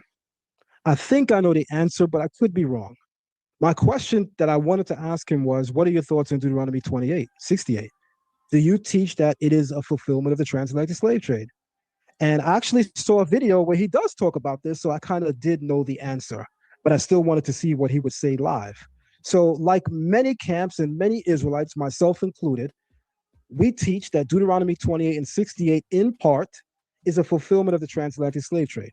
Well, newsflash, anyone teaching that, you cannot get that without using the Tiberian vocalization system. It's through the Tiberian vocalization system that those key elements that we're harping on to describe this can be inferred or can be related and conveyed. Without the Tiberian vocalization system, that entire premise collapses. But allow me to explain. Deuteronomy 28:68, why vocalization is imperative, and Masoretic Tiberian Hebrew. It reads, We heshivka, yod he wav he, Mitzrayim ba'aniot baderek asher amarti leka, lo to'osif of leorita or lerota. Key elements depend on vocalization. The verb, we heshivka, that's the causative hifil stem. He will cause you to return. Well, that's only vocalized in Lashawan Qadash, Masoretic Hebrew. You cannot get this explanation using Lashawan Qadash. Mitzrayim, the dual form, not singular and not plural, it's dual. I explained to Shar earlier about dual plural nouns and how the ayim is indicative of it. You don't get that in Lashawan Qadash. The term lo tosif, imperfect negation, you shall not continue. Without vowels, the verse could falsely be read as self-return, past tense, or non-causative. Now here is the Paleo-Hebrew rendering of this based on the Samaritan Torah, and it's actually showing matres. So in the word we heshivka, you can see the ending on the end. In the Samaritan Torah scroll, their ending is not a kaf alone. As you see here, they end it with an aleph because they want to get the vocalization of ah. So again, in the Samaritan text of the Hebrew Bible, which employs Paleo-Hebrew, even they are utilizing vowel letters as mater lectionis. And then in the term Mitzrayim, you also see the yod being used as mater lectionis. And then in the word ba'aniot, you have both the yod and the wav functioning in the Paleo-Hebrew script as mater lectionis, vowel letters.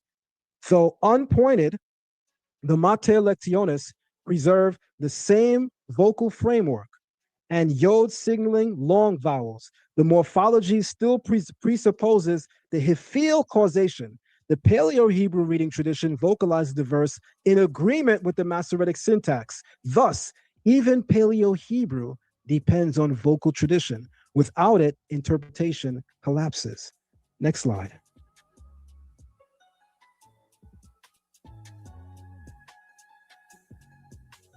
All right. Summary. If Deuteronomy 28:68 is interpreted through the lens of Lashawan Qadash, it loses its prophetic interpretive meaning for the Israelite community, who teach that various key elements pertain to the transatlantic slave trade. This loss occurs because Lashawan Qadash's reduced vowel system cannot sustain the grammatical distinctions upon which the verse's meaning depends. In biblical Hebrew, Deuteronomy 28:68 hinges on precise. Let me, you didn't do that, you didn't gray it out. I'm sorry, say that again? Let me restart it. It just grayed out by itself so they can't see it. Okay.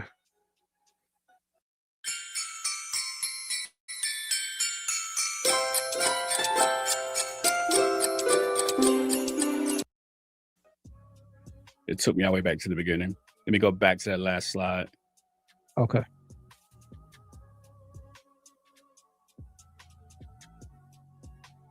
All right, here we go. All right. If Deuteronomy 28:68 is interpreted through the lens of Lashawan Qadash, it loses its prophetic interpretive meaning for the Israelite community, who teach that various key elements pertain to the transatlantic slave trade. This loss occurs because Lashawan Qadash's reduced vowel system cannot sustain the grammatical distinctions upon which the verse's meaning depends. In biblical Hebrew, Deuteronomy 28:68 hinges on precise meaning verbal forms, such as we heshivka, he will cause you to return, which is a hifil causative perfect, not a vague consonantal idea of going back.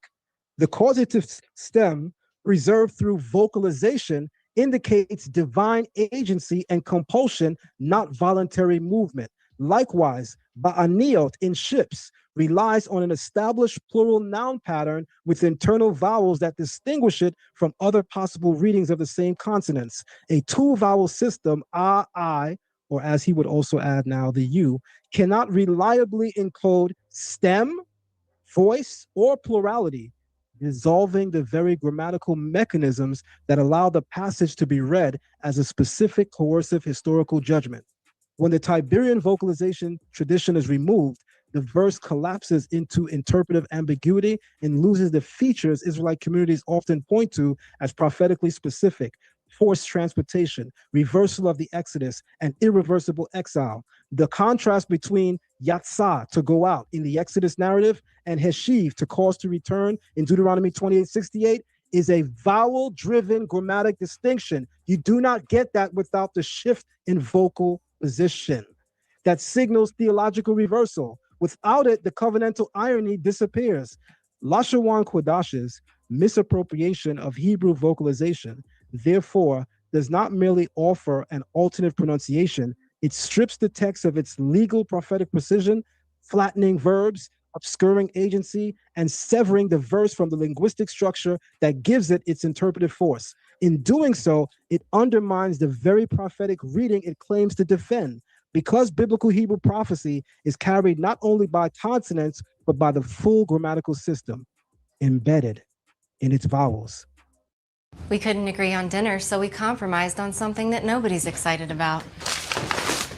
I hope you guys heard enough to want to learn actual Hebrew. The case is closed. Well, that was the presentation from both sides, both parties. Very, very, very powerful information from both brothers. We are going to move into the question portion of the show. So what I'm going to do is we're going to open up the phone lines. We're going to take questions from the clubhouse side as well, if there's anyone over there that has questions. But keep this in mind. How we're going to do this is very organized, okay? If you call in or if you come up to the stage in the clubhouse. If you're on the clubhouse, you got to, if you have a pink ticket, got to get rid of the pink ticket to come to the stage, all right? And you got to follow the room to do so, okay? But when you do come up to the stage or call in, you'll get one question or comment, okay? One question or comment. When whoever you direct your question or comment to responds to you, you get one more question, follow-up question or comment, okay? After that, if you're on the clubhouse stage, we're going to move you back to the audience. If you're on the phone, we're going to disconnect because we want to keep it going. Each brother is going to answer 3 questions, okay? If you call in, let me just say this too. If you call in and you are in agreement, let's say with Ahrayahla, and you say, hey, I'm calling in we want a question. We want not just agreement. We want you to be able to say, hey, what does this mean? What does that mean? Same thing. Diane Lexx, if you call in, we don't want you being in agreement. Call and ask a question. What does this mean? What does that mean? All right. So let me open up the phone lines. Do we have anybody on a clubhouse stage that has a question that don't have a pink ticket? If so, we can start with them first, and I'll get the lines open while we're doing that. Anybody on the clubhouse side? Not right now. Yes, we do. No, yes, we do. Okay. We have some. All right. Yeah, I see Dre on that side. He's raising his hand. If you bring him up, did he come up? There you go. Hey, Dre, we appreciate you joining us. Welcome to the stage. Who's your question for, and then or comment for? Then go ahead with your question or comment. How y'all doing, man? Hey, peace and blessings to the stage. My question is actually for the brother Ahrayahla. So, okay, go ahead. You can hear him, Ahrayahla. You're on mute. Can you hear me? Yeah, I can hear you. How you doing, bro? So I had asked a similar question to the brother. So I just want to see how this is interpreted from the side that adheres to the Lashawan Qadash. So, like I mentioned, if we go into the book of Kings or Samuel, David's name is spelled differently in Kings or Samuel as it is spelled opposed to the book of Chronicles. So, what's your take on why it's spelled differently as far as from the Hebrew? What's the difference that it's spelled in, and why, if you can kind of break it down for me? I'll be honest with you. I don't know. I don't know why it changes in the Book of Chronicles, but when I look at it all throughout the scriptures, it's translated. It's written with 3 characters, and when we look at what his name means, beloved, that's why that is. You know, his name literally, as I would pronounce it, Dawad versus Dawid, right? It literally means beloved. So I don't know why the scribe who scribed it in First Chronicles added an extra yod. I know Zion, he goes into he looks into like the oral traditions and whatnot. I remember him giving an answer based off of that outlook. Again, obviously I don't adhere to any oral traditions as Hamashiach and Hawashai truly taught against them. So yeah, I'm not too sure, King. For sure. Thank y'all for the question, man. I appreciate it. Peace and blessings to the stage, the host, and anybody on. Peace out.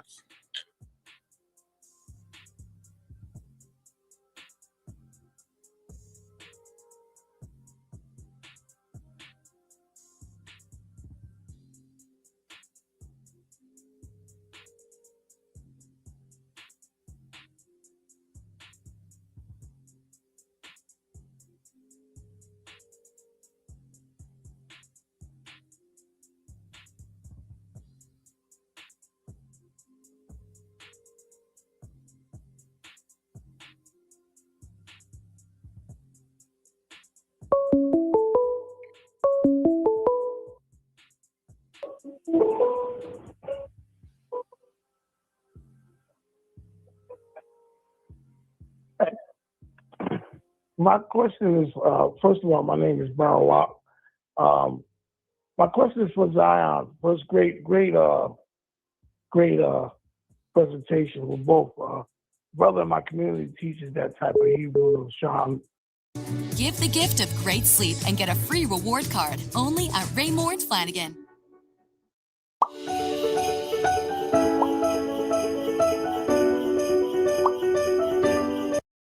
Qadash. And my question is, I've seen a source out of the Library of Congress, and I don't know if they mentioned it. Okay. Okay. Can you hear me? Can everybody hear me? Can you hear me, Zion? I can hear him. Can Zion hear me? Yes, I can hear you. I can hear you. Yes. Yeah, they shook their head. Yeah. Right. Can y'all hear me now? I can hear you Everyone's clear. saying they can hear the caller. They can't hear Brother Abia. Okay, yeah, it was me. Whatever reason, my system deleted all my microphones, and in each scene I got to go to, I'm re-putting it back in. So forgive me for that. I have no clue why that happened. But go ahead, caller, with your question, your Yeah. So my comment for question Zion. to Zion. I've been watching the brother for 9 years since I've been home. I've been in the truth for 20 plus years. Great brother. Like I said, brother in my ministry taught the same type of Hebrew, Lashawan Qadash. I guess that's how they pronounce it. But my question is, I read a source out of the Library of Congress in the 1800s of an African speaking this. I actually have the source. So I wanted to know what was your take on that, because now I think it's important that we do learn the modern Hebrew. So don't think that I'm saying that this is more important than Lashawan Qadash, if I'm pronouncing it right. But I did see a source for that. So my question is it not Hebrew at all? Because why would the Library of Congress say that he spoke that, and this was the 1800s, and that he spoke that particular language? So this is way, of course, we know, before the One West. So my question to you is just simple. Was that false, or the Hebrew doesn't exist, and is that source credible? So you didn't quote exactly what the source said or the credentials of the source. That's number one. You noted that it came from the Library of Congress. I do have it. The library, you can find, hold on one moment. You can find cooking books at the Library of Congress. So credentials mean something too. So just because it came from the Library of Congress does not mean that it holds the weight of having grammatical authority or control or handle on the language. Secondly, I want to say this. When people speak of Matre Lectiones, or the Masoretic Hebrew vocalization system, as modern Hebrew. That's extremely inaccurate. I don't think anyone's calling things that are occurring in the 1st century BCE modern. It completely isn't modern. As a matter of fact, I'll use the opportunity to explain this. When Hebrew is described today as modern Hebrew, it is because of what those elements that have been added to the language primarily by Yehuda, the person responsible for Yehuda's dictionary. He's the one that coined the term modern Hebrew, by the way, and it is innovations in language, innovations in, I'm not sure what the thing is, innovations in language as well as innovations in society that led to the reason why it's termed modern. So for instance, today we have a car. There was no car in the ancient world, so we need a word to develop that. Modern Hebrew, as Shar Ahrayahla pointed out, and this was brilliant of him to do so, modern Hebrew does borrow from European terms and Arabic terms to coin the newly formed modern Hebrew term for a car. But that's representing something that's modern. When it came to things that are in the Bible, modern Hebrew doesn't revolutionize that. Modern Hebrew doesn't adjust that. It doesn't edit it. It remains the same. So modern Hebrew primarily refers to innovations in society that exist today. You having a cell phone, us right now on a laptop, us right now, streaming on YouTube. Those are modern innovations. Hold on, good brother. Those are modern innovations, and as a result, they call for newly formed words. So it's in that respect that Hebrew as spoken today can be called modern, as well as the introduction of the term vav for what we call in biblical Hebrew wav. That V sound is European. European Jews have a problem pronouncing the W.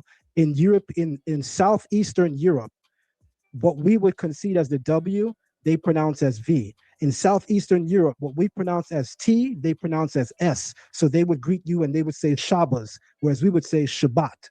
So those are the differences in terms of modern. But the vocalization system is not modern. Masoretic Hebrew is not modern. Says the Israelite community needs to really understand to stop referring to the quote unquote block script as modern. The block script is in the Dead Sea Scrolls. That's clearly not modern.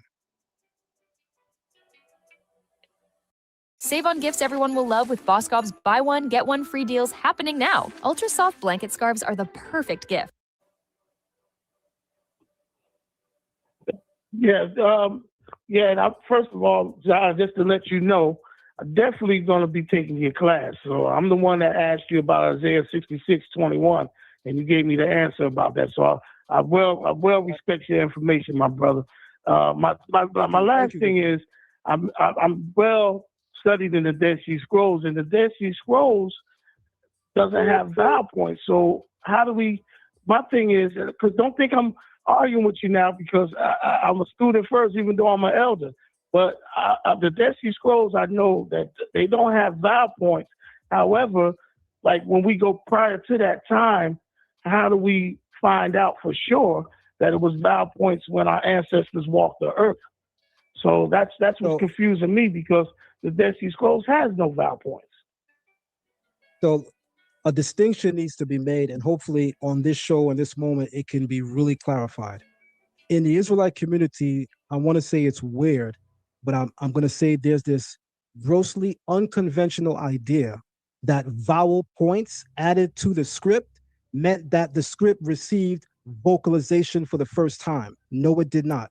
The script always had a vocalization. Even Lashawan Qadash agrees with that point, except that they limited to 2 or 3 sounds, as Shar says. So we're not saying that the script didn't have any vocalization. What the Tiberian scribes did was they took all of the known vocalizations for the entire script of the Hebrew Bible, and they preserved them by dotting them, by dashing them, and by drawing lines either above or under them in order to preserve the sacred transmission and interpretation, because it's the vocalization that guards the interpretation and then allows for faithful transmission.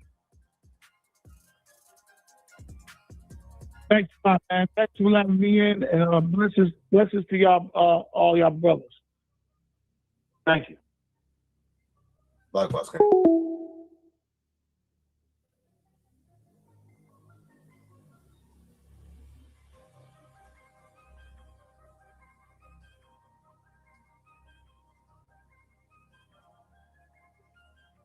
All right. And I didn't get you or you didn't get through. If we don't run out of questions first, I'm going back and forth from the phones to the clubhouse. We're going to take one more from the clubhouse. And then if no phone call comes in, I'm going to call the last number that called. All right. Shaquall, go ahead. Hey, Shalom, peace, family. First and foremost, I commend both brothers' work, man. This has been dope. I'm asking my question to Zion. I'm trying to understand and make sure I'm receiving the information. When you made the point about the major verb stems, and you were speaking about how it's inflected or verbalized, are you saying in the Masoretic, or I would say the most popular Hebrew that people use today, are you saying it's inflected with how you say the word versus what we see in the syntax, going back to the Paleo? Okay, so first I'm gonna correct something. Syntax refers to the structure of sentences. What you're really trying to say is morphology, the formation of words. So Okay, yes, it's reflected in the morphology. In the actual morphology of the words, you can understand aspect, you can understand tense. You can go from different conjugations throughout the Hebrew verb stems just by looking at a combination of the consonantal value as well as the vocal patterns. It's the vocal patterns that allows us to change voice, whether we're talking about a male or female. It's the vocal powers, it's the vocalization of the text, patterns within the text that allows us to know whether we're speaking of the imperfect, which is the future, or the perfect, which is the past. So yes, within the actual skeleton, the actual letters of the consonants, you can see a vocalization system. You can see that the letters Aleph, the letter Wav, the letter Hey, the letter Yod, they function in Dead Sea Scrolls as a Mater Lectionis. You can see them on the Misha Stela as a Mater Lectionis. You can see them on Canaanite inscriptions that are before 1000 BC, showing you the full range of Mater Lectionis. So various letters that form vowel letters. So what I'm saying is most people even attempting, and I say this with all due respect, and I'm not speaking directly to you, I'm speaking to the community. Most people that enter this discussion can't even explain to you the basics of Hebrew grammar. So why even enter the discussion? If you haven't studied the basics of Hebrew grammar, how are you fit to give interpretation on these subject matters if you can't go through the basics within the grammar system? So until we actually learn the language with discipline and humility, we're going to come up here on a public platform. We're going to say things that are out of sync with what is true, and we're not going to move our community into the future. Turn your vessel into a sport fishing powerhouse with a new Recon trolling motor. Stay locked in. All right, Shaquall, you got a follow-up question or comment? Only to comment, again, this was a dope build. I think, it's inspiring to go back and learn both sides because I'm at a draw simply because we can't find anyone, we can't dig anyone up from thousands of years ago and really see how they pronounce these words that we have saved on scribes or tablets or what may have you. But I think, again, I appreciate the information shared. Shout out to you, for creating the space. I appreciate y'all. All right. Appreciate you. All right. So now I'm going to go back to the phone line. A 614 area code was the last number to call. I'm going to call that back. Remember, the brother Zion has now answered 2 questions, and Ahrayahla has answered 1. So he has 2 left, and Zion has 1 left. They're going to both answer 3 questions each, okay? And remember, you can ask your question, make your comment. Then once you get your response, you can follow up with the question and the comment, and then we're going to move to the next caller. But if that's you from the 61, actually not the 614, I'm going to start at 602.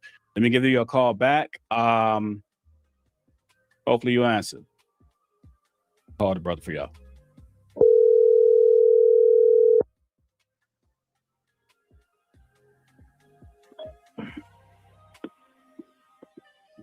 Shalom. Hey, shalom. Hey, Inside Nation Radio, you live. You got a question or a comment for either the brother Ahrayahla or the brother Zion Lexx. If so, go ahead and ask your question and comment. When you get your response, then you got a follow-up question and comment. You can get that out as well. Yes, this will actually be for the both of them. I wanted to know what who, according to Amos chapter 9. No, listen, Amos direct your question at one or the other. Okay, Ahrayahla. My question for you, in Amos, the 9th chapter, Amos 9 and 12, let me just read it real quick. And I wanted to get your understanding of this in the Hebrew text. It says, that they may possess the remnant of Edom and all the heathen which are called by my name, saith the Lord that doeth this. According to this text, it appears that the other nations are called by the Lord's name. Also, pursuant to the book of Acts, chapter 15, the prophets quote this in reference to the other nations. And then when you go to Amos 9, it says they're called by his name. Does the Hebrew agree to this understanding that we're getting right here? Like when you go into the Hebrew, is this saying that the other nations are called by the Lord's name? Okay, so hey Shabar, I know that's you. It's funny that you would ask me this question about Amos 9. It's just quite fitting. But anyway, so you already know the stance, and the Hebrew would not agree with the rendering that we see in Acts 15th chapter, because that's quoting the Septuagint, not the actual Hebrew. Now, however, with that said, right, when we look at the context of Amos 9, starting at verse 11 and going into 12, and we're looking at the how this is rendered in this syntax, right? It's clear that the Lord's name is on the people who are doing the possessing of the remnant of Edom and the heathen, right? This would also agree with Isaiah 63 and 19, which says that they were never called by God's name. So when we read Amos 9:11, it says, in that day will I raise up the tabernacle of David. That's the subject that is fallen, and close up the breaches thereof. And I will raise up his ruins, and I will build it as in the days of old, right? That they may possess. Lama'ain Yayarashwa, right? So when we look at this phrase, right, this is, of course, in the third person masculine. It's the imperfect or the quatals type, right? And then it goes on to say, I'm going to move forward to the phrase where we see God's name, right? So it says, Ashar Nakwara Shamya Al Yaham, right? When we look at Al Yaham, the preposition al means upon, right? And then we look at the Yaham, it's a pronomial suffix, which is third person masculine. So the exact people who are doing the possessing of the remnant of Edom are the same people who God's name is on. And that's very simple. Why do 90% of the scholars disagree with that breakdown? Are you a scholar? Yes or no? Yes, and again, there's scholars who agree with my interpretation. So thank you very much, brother. Zion, do you agree with that? Not. Follow the rules, Shabbat. Hey, shalom. I thought you said I could ask both of them a question. No, I didn't. I said directly at one or the other. But shalom, we appreciate you calling out. No worries. Right. Shalom. Always trying to All say right. the heathen. All right, we got one more on stage on the Clubhouse side, and then I'm going to make one more phone call. Both brothers have answered 2 questions, and so there's one more question for either brother. So whoever asks the next question, for example, if the next question go to Zion Lexx, just know Zion Lexx has answered his 3 questions. Last question has to be for Ahrayahla, okay? Both brothers are going to answer 3 questions, and then we're going to call it that. Who we got on the Clubhouse side that's next? Lithium. Yo, shalom, King. Shalom, my question's for Zion. I want to know what he perceived as the name of the Lord, because I heard him use the tetragrammaton, Yod-Heh-Wav-Heh. What's the name of the Lord according to him? Turning hiding spots into honey holes. I have another question, Abia. You saying? Yeah, I was asking what's the name of the Most High God. Hold on, Lithium. Lithium. Hold on, Lithium. Hold on 1 second. Yeah. What'd you say, Zion? Answer that. Different. Oh, I thought you said that I had 0 questions left, but if this is my third and last question, I'll certainly answer it. Yeah, this is your last one. Okay, the name of the creator is Yod-Heh-Wav-Heh. All right, cool. Because when I'm looking at the King James, which is translated by 47 Hebrew scholars, they use 3 syllables. They use Yahweh or Yehovah. When you look at the 1611, it's 3 syllables. So Going back to the 1611, the scholars then they didn't use Yod Hey Wav Hey or the Tetragrammaton to pronounce his name. And the last thing When I you just say wanted to say, scholars, when you say scholars, can you name one? no, when you look up the people who translate the King James, it just said 47 Hebrew scholars, so they are obviously linguists. It doesn't name each individual, but we know that they knew the Hebrew. But the last thing I wanted to say is when you said Moshe, that's an opinion. When you add a Wav, it doesn't change the name of Moshe, like most Hebrews say Masha. So I don't, like the brother Ahrayahla brought Masha out. means to draw out. It's not being used as a name, it's being used as a verb. And that's the difference between knowing the language and faking the funk. The term Masha means to draw out. That's a verb. When you want to have a name, which is a verbal adjective, now you have Moshe. That sound Moshe creates a participle, which is a verbal adjective. Now you're describing him as the person that was drawn out, Moshe. You would have to know Hebrew to even know that difference. Good sir. Yeah, I understand that, but all names have a meaning. Like Jesus' name is He Shall Save. That doesn't change the way it's pronounced. Okay, so because explain it has the, so if that's the name, explain to me the grammar. it doesn't mean it has a different pronunciation. You're not answering my because it has a question. meaning. If that's the name and that's the meaning of the name, then based on whatever vocalization system that you use, explain using grammar why that pronunciation yields that meaning. Yeah, I'm not talking about the actual grammar. I'm talking about the Okay, pronunciation. so next caller, good brother. I'm done, man. Next caller. He ain't want me All to right. talk. All right, we appreciate you, Lithium. All right, for the clubhouse No doubt, King. side, Peace, we shalom. are. All right, shalom. For the clubhouse Easy work. side, we are done on that side. I'm going to give the call back. Area code 614. I'm going to give you a call. Make sure you turn the show down in the background.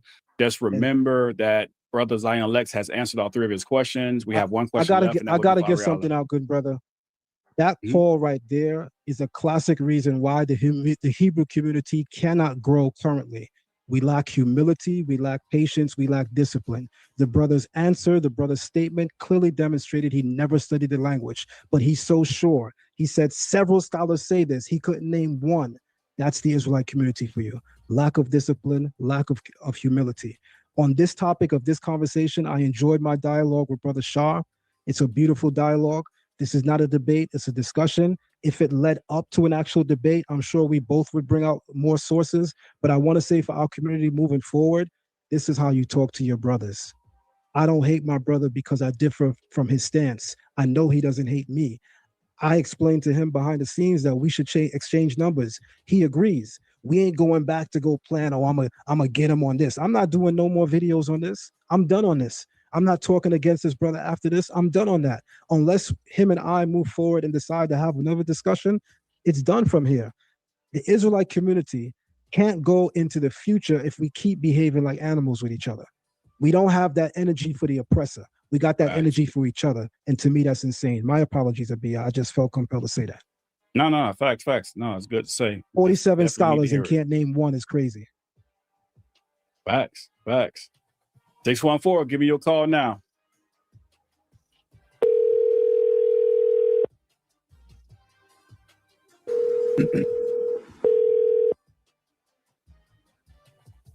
Shalom. Hey, shalom. You live with us. Your question has to be to Ahrayahla since Zion Lexx has answered all three of his questions. So you get a question or comment, and once he responds, you get a follow-up question and comment, and then we're going to bid you shalom, and we appreciate you taking the time to talk with us. Okay. I can go ahead and speak? Yeah, you go ahead. Okay. My question was in Judges chapter 12, verse 6 about shibboleth and sibboleth. Did the ancient Hebrews speak different Hebrew back then? And is that an issue that we're having now? And also about the IN, the letter IN. I was taught that it's the I in Yahweh Shah because it's pictorially an I. And when you pronounce IN, it's I-N. So is that the reason why it's a vowel point I? Because in modern Hebrew or biblical Hebrew, the IN is silent. So that's my question. You're in charge of the savings only during the Buy More, Save More sale at Raymore and Flanagan. 최고의 면접이 될 거야. 다 죽여버려. Gotcha.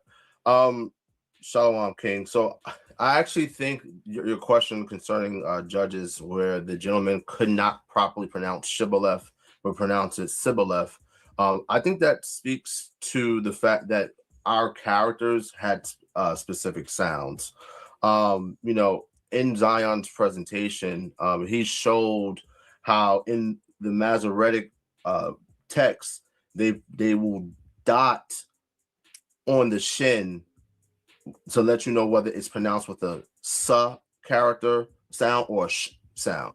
And I'm glad that you asked this, because clearly the individual just wasn't able to vocalize the name properly, right? And when you look at how that's rendered in the text renders the incorrect response, sibboleth, with the samak character as opposed to the shin character.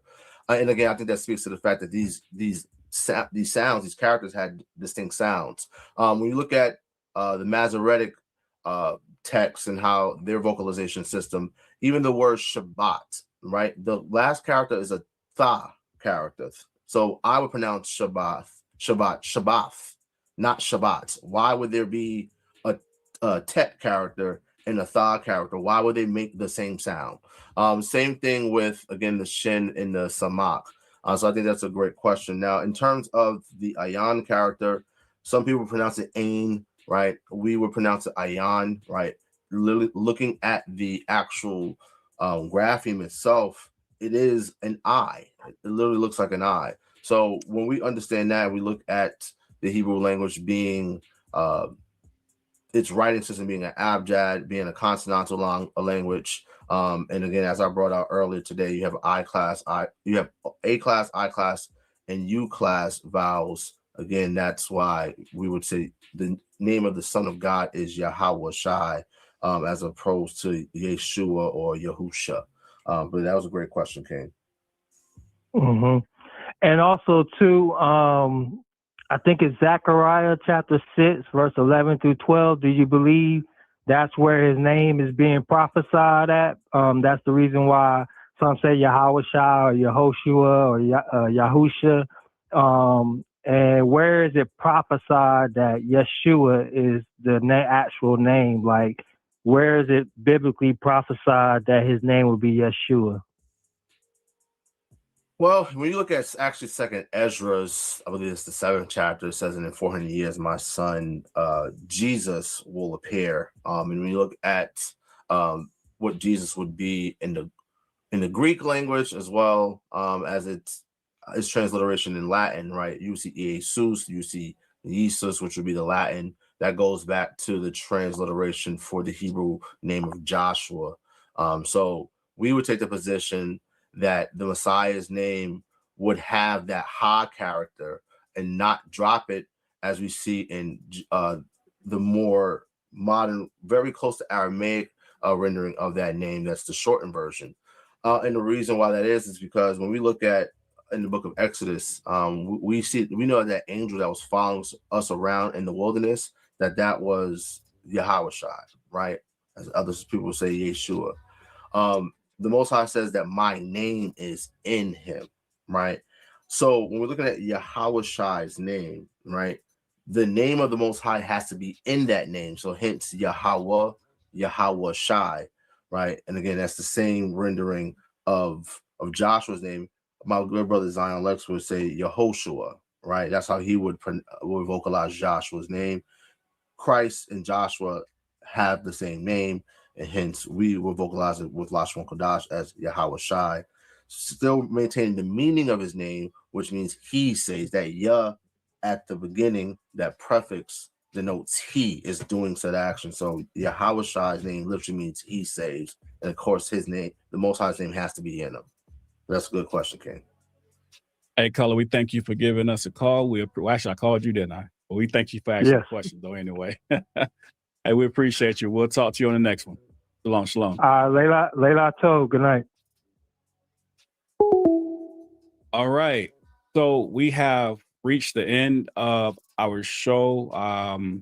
Went a little longer than we wanted to, but we are here. Yeah. Hey, shout out to the brother. Man. It was powerful. Powerful, man. And shout out to this brand new father right here, who got to get back to his newborn. Hey, shout out to this brother right here, man. I'm gonna give you both, before we let you go, because I'll still be on here a few minutes afterwards, closing out. But just give y'all some closing words. Whoever want to go first, just jump right in there and give us your closing statements, and we're gonna bid you a good one, and hope to see you again on Inside the Nation Radio. Check all the gifts off your list this season with Boscov's biggest deals yet. For a limited time, these super soft microfiber sheet sets. How was Zion go first? Okay, absolutely. So thank you, Abia, and thank you, Inside the Nation Radio, for hosting me again. I enjoy it. I intend to introduce a lot of controversy into the community as of recent. The next topic that I'm actually going to be coming back to talk about is that 12 tribes chart. That should be very interesting. I want to say I commend my good brother Shar Ahrayahla for holding to his righteousness and his integrity. Because I didn't have experience with him, I expected a lot of the behavior that I see in the Israelite community. I thought that when he did his peer review, it would be crazy, it would be disrespectful. And I was completely surprised because I have no experience with him, but that made me, form a genuine bond and love for the brother. And again, I just want to say to the community that differences don't mean enemies. Unless we're talking about somebody is immorally out the box, me seeing something different than him does not make him my enemy. And I know for a fact he doesn't see me as his enemy for those reasons as well. I also want to say to the community that people continue to ask me, what is the creator's name? What is the creator's name? Since I'm so good on the pronunciation of the language. I come from a school of thought where we don't pronounce the creator's name on public platforms. We speak the creator's name in prayer. We speak the creator's name in a congregational setting, but we do not speak the creator's name just publicly on YouTube for anybody to have. There's a reason why the creator gave that name to the children of Israel, and he never revealed it to any other nation, and I would like to keep it as such. On the note of coming back for the 12 tribes chart, set it up, Abia. I can't wait. And to my good brother Shar Ahrayahla, Toda Rabbah for a great dialogue, a great discussion. I want to say Mazel Tov on the birth of your son, you becoming a new father, and I wish you the best, good brother. Praise to the Most Exactly. All praises. Yeah, man. Again, I want to give all praise, glory, and honor to the Most High God, Yahweh do. So in the name of His only begotten Son, Hamashiach, Yahweh Shai. This was a great conversation with the good brother Zion Lexx. We've never spoken before. I wanted to do my peer review in a respectful manner. I did feel like he kind of tried to flex on me a bit on his brother. He used the Brooklyn theatrics, and I ain't gonna hold that against the brother. You know what I mean? I'm from Brooklyn as well. So again, I appreciated it in just for the sport of what we do. But again, it was a great conversation. Just so everyone knows, like, I'm not fluent in Hebrew, right? I never seek to be fluent in Hebrew because I understand prophecy. I understand the Most High God is going to restore unto us a pure language when we are delivered, and He puts His law in our inward parts, right? My journey to understand the Hebrew language was merely for to have further and deeper understanding of the text that we're reading, and that the Most High God said He would speak to us in another tongue. So when I look at One West and the things that we've been taught, again, it's important that we advance. I'll give you an example. When I came into the truth, we were taught that you can't have a shape up. That Leviticus 19:27 is talking about shape ups. That Leviticus 19:27 is not talking about that, right? Now I need a haircut right now, right? Yeah, I'm back waving right now. I know Zion had all my pics with the long hair and whatnot, but I'm back waving. So when I get my haircut, I'm gonna get gonna get a shape up, right? Now I'm not gonna mar the size of my beard, right? But again, like, we were taught things, and we have to actually examine the things that we taught and actually move forward. And Zion made a great point last week where he says, the foundation that the elders left for us, right? It would be bad on our part to not correct some of the things that they said that was wrong and not improve on the things that they did. So when it comes to understanding the Hebrew language and, as we vocalize it as Lashawan Qadash, I've advanced from just the basic things that I learned from who I learned from. And again, I think that's important that we continue to be open to learn and to grow and to truly look to advance. Again, on that point, we were taught the alaw palau. That don't make sense. The phrase alaw palau does not make sense. Lord to pray, that's not Lord's prayer in Hebrew, right? So that prayer that we've been saying and vocalizing for years is grammatically incorrect, right? And I actually took it upon myself to actually to translate that, right? Given these different stems of these verbs and how it's supposed to properly be vocalized, that's actually available on my channel as well. So, Abaya, the Water for having me on the platform, Zion, the Water for entertaining. And having a dialogue with me. We definitely got to chop it up and exchange contact. Next time I'm in Brooklyn, I'm at the slide on you. All right, bro? Definitely, man. Definitely. I'm with it, man. I'm definitely with it, good brother. Oh, praise to the Most High. Awesome. Next time I'm in Philly, I definitely want to come by as well, man. Next time I'm in Philly. Oh, yeah, for sure. All right. Awesome. Hey, that's what I'm talking about. This is what we try and do on Inside the Nation. Not saying no other platforms don't do it like this, but we think we do it the best. Peaceful, building conversations between brothers, man, making connections, brothers who ain't never, dialogue before, had a conversation before. We did the Brew League one time. We had all type of artists who never knew each other. I didn't know you made music. Well, I didn't know you made music. Now you're seeing, features everywhere, bringing brothers together in different ways, man. That's what the platform's about. So, hey, thank you to you, both of you brothers, for bringing out powerful information. I definitely appreciate it. And I'm going to bid you both a good night, and I'll be reaching out to both of you, just for some ending words after I come off of the platform myself. But shalom to both of you, and man, on even other topics, hope to have you on. I know Zion said he want to do the 12 tribes chart, so y'all get ready. So if anybody who's an expert in that, y'all want to have a conversation, by all means. And I know both these brothers got their own platforms, but Ahrayahla, if you got something you want to come back on, I'd definitely love to have you. Again, these brothers got their own platforms though, so just put it out there. But hey, shalom to both of y'all, and y'all appreciate y'all. Have a good night, and I'll see y'all next time. Hey, yo, Abaya, I need that first track that you played, bro. I need you to send me that, because that first track was hard. Oh, that Crucial Garage False Pro. Yeah, I got you. Oh, that's Crucial? That's my guy. Crucial. Yeah.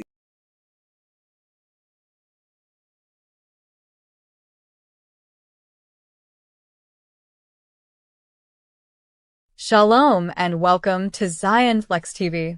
Be sure to like the video, subscribe, and share the live stream. Become a member of Zion Lexx TV and unlock several hidden features and hidden videos. Also, you can donate to Zion Lexx TV at Cash App $Zion Lexx or via PayPal at zionlex@gmail.com. We also have an online academy entitled Learn Torah Hebrew Academy. Visit us on patreon.com/learntorah. Our Gold Tier membership gives you unlimited access to our special event lectures and our special live movie nights. Our Platinum Tier gives you unlimited access to our Torah class, Kabbalah class, Patriarchs and Matriarchs of the Covenant classes, as well as understanding the New Testament via the Oral Tradition class. Our Diamond Tier gives you unlimited access to all of the previous tiers, as well as our most sought-after class, our Biblical Hebrew course. And finally, our highest tier, our Sapphire Tier, gives you unlimited access to all previous tiers, as well as our highly esteemed rabbinical course. Be sure to sign up today and check your tier membership so as to ensure you're getting access to the classes you desire. Thank you for visiting us here at Zion Lexx TV, and now back to our current live stream. Want to take your understanding and perception of the Hebrew Bible to new and exciting heights and depths? Then join us today at Learn Torah Hebrew Academy. We offer a full range of masterly taught and thought-provoking classes and courses in Biblical Hebrew for beginners and advanced students, Torah classes, with specific emphasis on the weekly Torah portion. We also offer Kabbalah classes for beginners and advanced students, affording everyone a deeper and more esoteric understanding of the Bible and Torah. Lastly, we also offer courses in rabbinical and Levitical ministry training, especially designed for those looking to embark upon leadership opportunities in the community. We provide certificates and diplomas for several of our classes. Our online academy meets a couple days a week, and all of our classes are video recorded and for your playback needs. Each class recording comes with a fully digitized AI transcript, documenting everything learned and discussed in each session. Shalom, shalom, family. This is your brother Avdiel Ben Levi, otherwise known as Zion Lexx. Go to Amazon and purchase all of my books. Type in my author name, Avdiel Ben Levi, or you can also type in Zion Lexx. There you'll find some of my earliest books and my latest works. It was written and engraved, The DNA of Sound, The Star of David Controversy, Ancient Kemet on Trial, Patriarchs of the Covenant, Matriarchs of the Covenant, and my two foremost books that are critically acclaimed on Amazon, and even one has become a bestseller, and that's going to be the Messiah Codex Volume 1 and Messiah Codex Volume 2. So go to Amazon.com today, type in my name, Avdiel Ben Levi, otherwise known as Zion Lexx, and there you can purchase all of my books. Peace and shalom, family.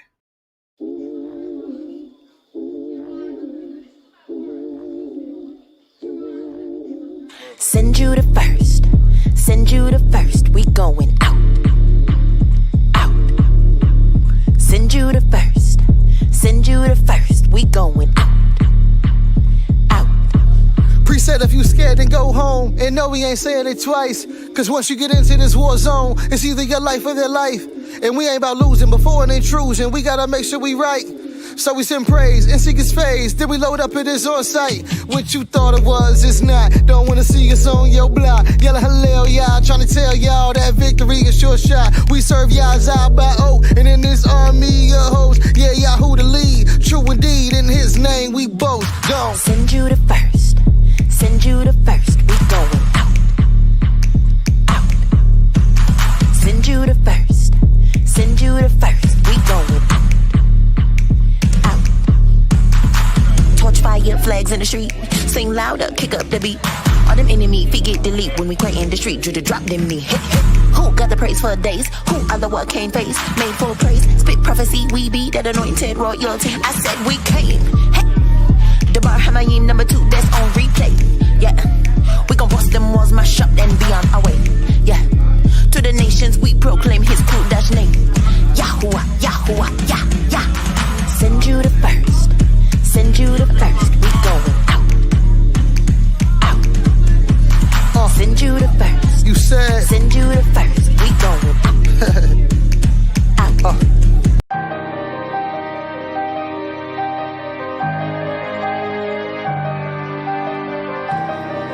Purify me, Yah, in the flames. Purify me, see you let it rain. Purify me, Yah, in your name. Purify me. Purify me. Purify my heart, my home, my dome, my soul, bring peace. Purify this dirty water in my cup I drink. I only want the living water from the king. Only want the diamond pressing out of me. Only want the white garment that's clean. Only want the true facts, that's me. 24 carats I rock in my heart, but it sinks to the bottom, you know that it's pure. Coming in sharp like a dark, and the aim is on point, so you know that I'm pure. Filter all the evil out of my life, so when I pour it's pure. You know that it's more. I didn't close them doors, so move your finger, boy. Purify me, Yah, in the flames. Purify me, see you let it rain. Purify me, Yah, in your name. Purify me. Purify me. Trauma after trauma. Trouble after trouble, expected this way of life to be an eternal tussle. Thriller in Manila, told the Most High that I can endure. Increasing power with each blow. I'm telling them, give me more. It's gonna take more than just one. On that front line when it come. Boy, this spiritual warfare decided to come here, bring more than a gun. I've been purified, so down the ride as long as breath in my lungs. That consuming fire burnt my desires, never going back where I'm from. Come. Purify me, Yah, in the flames. Purify me, see you let it rain. Purify me, Yah, in your name. Purify me. Yeah.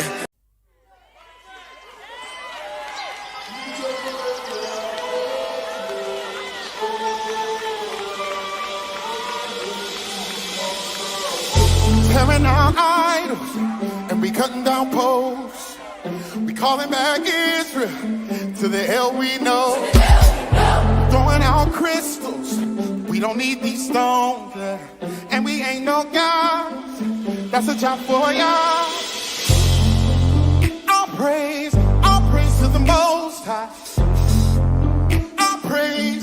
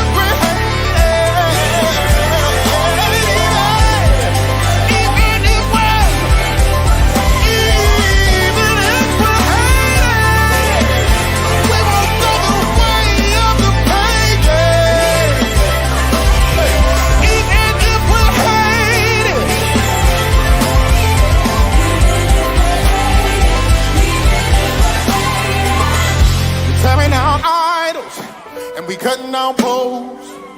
We calling back Israel to the L we know. We throwing out crystals. We don't need these stones. And we ain't no gods. That's a job for y'all. Everybody help me say all praise. All praise to the most. I can't hear you say. All praise to the most. All praise to the most. Hey, hey, all praise. All praise to the God of Israel.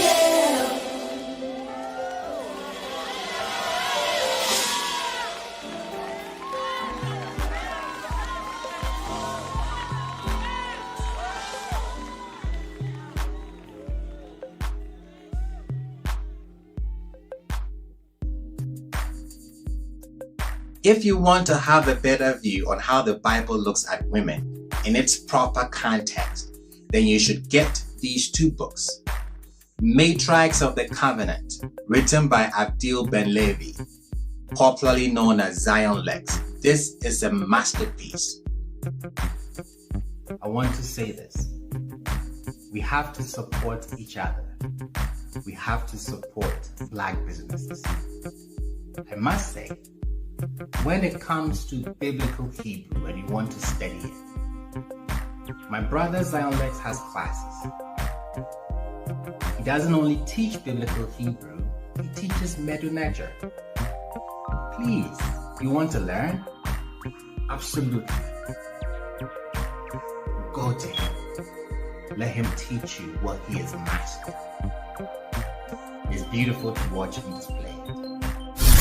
The way to whoever wrote those Hebrew writings was smarter than anybody we have ever met in our life. Why you say that? Because when I'm studying the writing, and they have what's called they have idioms. They have idioms, family. They have metaphors. They have epithets. Epithets is like, say, El is the God. So you'll have El Elyon. El Elyon would be probably, no, that's not a good example. But just different names of that same God would be an epithet of that God. They have epithets. They have idioms. Who does that if you're not intelligent? I know that, but I'm just saying they had some sort of numerology in there. When you see Zion going into the whole gematria stuff, that's later on, but they did have some sort of gematria in numeric, alphanumeric thing going. I'm saying this to everybody who is in Kemet. We know how great Kemet is, but whoever wrote the text, whoever wrote that Bible is smart as a mother effer. What Hebrew Israelite you think is the best though? The best? Allah? I think Captain, as far as the debate, is the epitome in the One West community. I agree. I think Zion is a very good debater. If he wants to do the whole Sumer thing or whatever, we could chop it up after the book. I mean, it's up to him. Now, as far as the true scholarship, I got to go with Zion Lexx on that. I don't know about true scholarship, but hey, you know. I'm talking about as far as Hebrew Israelites. I'm going with Zion with the scholarship. I would go with Divine. If I was to say Hebrew against Hebrew, I would have to go with Zion Lexx. Well, I'll go with Divine. I think Divine is more thorough. As far as a debater, Zion is the best. Zion and Captain is the best, no doubt. Okay. No doubt in my mind. That boy Zion, oh man, he gonna chop this video up, by the way, too. He gonna chop it up, put it on his timeline. You see what Garfield said? When it comes to that debating from the Hebrews, ain't nobody better than Zion and Captain. I'm just gonna say that. I was personally very amazed by your level. I was not judgmental at all. I did not knew. But what I've seen today in many yeshiva that I put my legs where I went through, many are not at your level at all. And I will really say to all the people who study under you to believe that they have a real master. Because the way you receive us, the way you explain the Torah, the fire you bring through your explanation, it's like a stamp on the fact that you are a real one, a real sages. It will be my honor to share, to talk more about Learn Torah Hebrew Academy.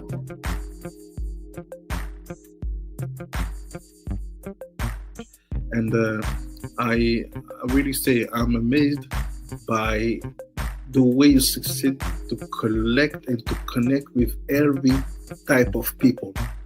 and the way you grab and spread the knowledge. I've never seen that in my life. I have to be honest. And you stay very simple, very humble, and I think many people have to learn from you, and this needed to be said also for those many people. And you know, when we talk about spirituality, we don't look at the envelope, we look at the soul. Come on. It's amazing. So Rahaba, thank you very much.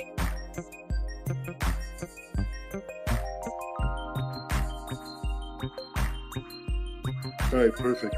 So again, it's amazing to be here with Rav Zion and just, you know, having this conversation. And the conversation is great.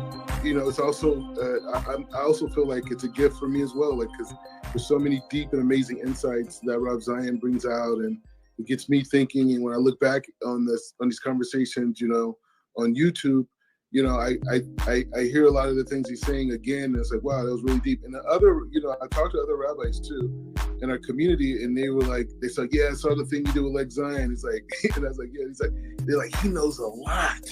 You know, and I'm like, yeah. Like, you know, but like they said, he's like, he knows a lot, you know.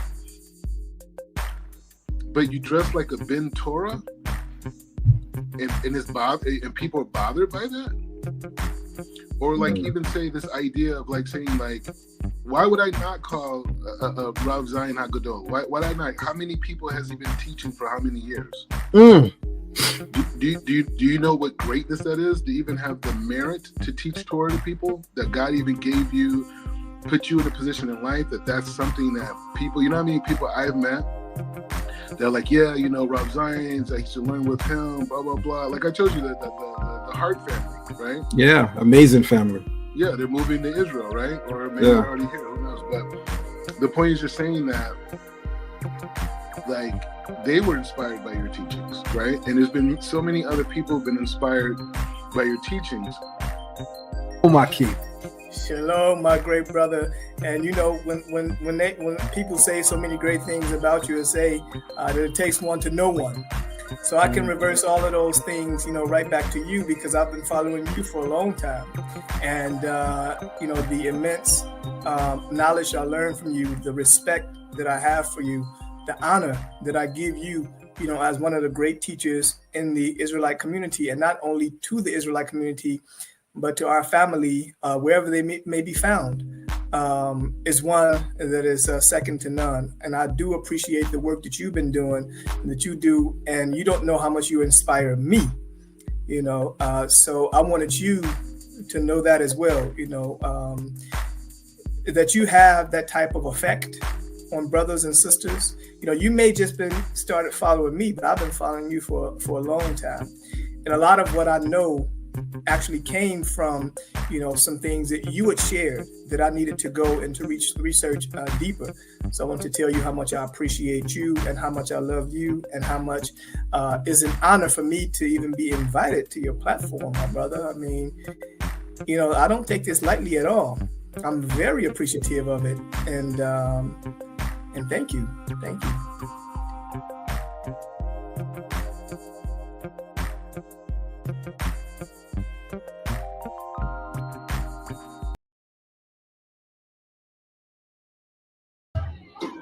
Listen, Genesis chapter 11 verse 10 explains the genealogy of Shem.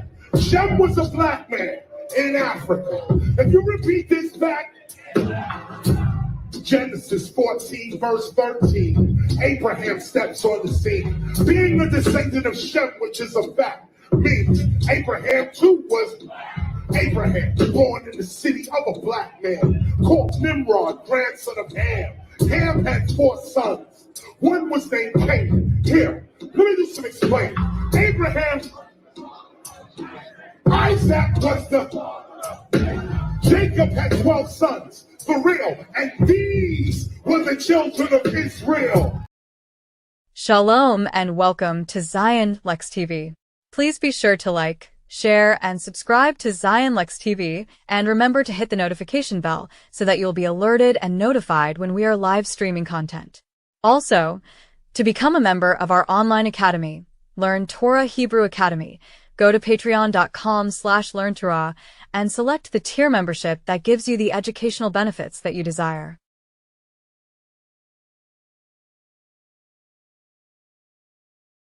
Did you know that a recent rabbinical court ruling could rewrite the history of millions of African Americans? The connection goes deeper than you might think. The Obadiah Alliance, a respected Sephardic rabbinical court, has officially recognized the Igbo Jews of Nigeria as descendants of the lost tribes of Israel. This groundbreaking declaration bridges a historical gap that scholars have debated for generations. The ruling draws from extensive historical evidence, DNA research, and preserved cultural practices that link the Igbo people to ancient Israel. The implications reach far beyond Nigeria's borders. During the transatlantic slave trade, a significant number of enslaved people were taken from Igbo territories. Many African Americans and Afro-Caribbeans today can trace their ancestry directly to these Igbo regions. This connection aligns with the biblical text of Deuteronomy 28:68, which some scholars interpret as a prophetic reference to the slave trade. The evidence suggests a profound historical narrative. Many African Americans and Afro-Caribbeans may be descendants of the lost tribes of Israel through their Igbo ancestry. This revelation challenges conventional historical perspectives and opens new avenues for understanding identity, heritage, and cultural connections across continents. Could this ruling reshape our understanding of not just African American history, but biblical history as well? Share your thoughts on this remarkable discovery. Ancient texts hint at a fascinating truth about biblical figures that challenges modern assumptions. Could Moses and Joseph have been black men? The evidence might surprise you. Historical records show ancient Egyptians were known for their dark complexion, with their land even called Kemet, meaning the Black Land. This becomes significant when we examine biblical accounts where both Joseph and Moses were mistaken for Egyptians among foreign peoples, suggesting a similar appearance. Biblical scholars have long debated this connection, noting these weren't casual misidentifications, but rather complete assumptions of Egyptian identity by observers. A compelling piece of evidence appears in Exodus, where God gives Moses a miraculous sign. When Moses places his hand in his cloak and withdraws it, the text describes it becoming leprous, white as snow. This divine sign's impact relies on the stark contrast between Moses' natural skin tone and the supernatural transformation. The miracle's power lies in the dramatic visible change from dark to light. These historical details align with archaeological findings about the diverse appearances of ancient Middle Eastern peoples. While modern depictions often show biblical figures differently, original texts suggest a more complex historical reality. Ancient Israelites likely shared physical characteristics with their Egyptian neighbors, challenging many contemporary artistic interpretations. What other historical truths might we discover by examining ancient texts more carefully? In ancient Israel, when prophets were men and judges were warriors, one woman dared to challenge everything they thought they knew about power. Under a solitary palm tree, Deborah's wisdom drew crowds from every tribe, while tribal elders whispered their doubts in darkened tents. The battlefields of Canaan had fallen silent, but a storm was brewing. As the mighty Canaanite army threatened their lands, the skeptics who once mocked her prophecies now stood frozen in fear. Deborah's words cut through their uncertainty like lightning. Victory would come, but only if they followed her divine guidance. The army commander Barak faced an impossible choice: trust this woman judge or watch his people perish. With chariots of iron approaching and the fate of Israel hanging by a thread, Deborah's prophecy unfolded exactly as she had foreseen. The rivers of Kishon swept away the enemy, and those who doubted her leadership watched in awe as history was written by a woman's courage. When the dust settled, even her greatest critics couldn't deny the truth. God's power flowed through unexpected vessels. A prophetess under a palm tree had changed the course of a nation. What voices of wisdom do we ignore today because they don't match our expectations of what a leader should be?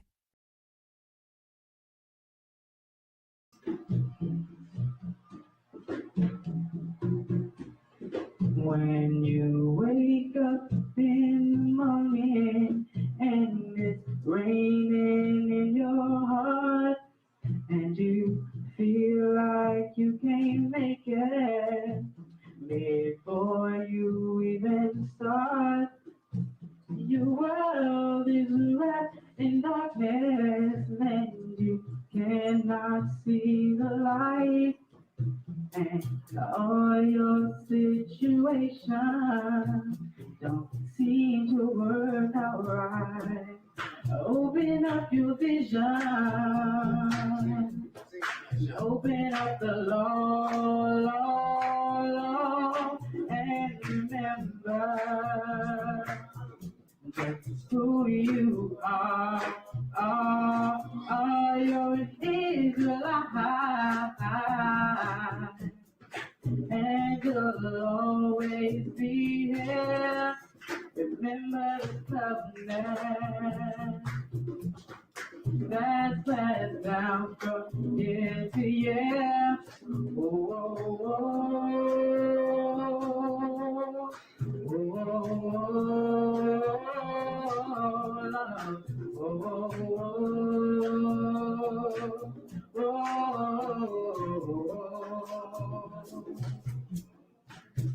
See, Moses was a servant with a very special deed. He was sent to old Pharaoh to say, let God's people be. Israel were captive of an unrighteous man, and though Pharaoh would not hearken to the words of the Most High plan, open up your vision, open up the law, and remember who you are. You're Israelite, and you'll always be here. Remember the covenant that's passed down from year to year. Oh,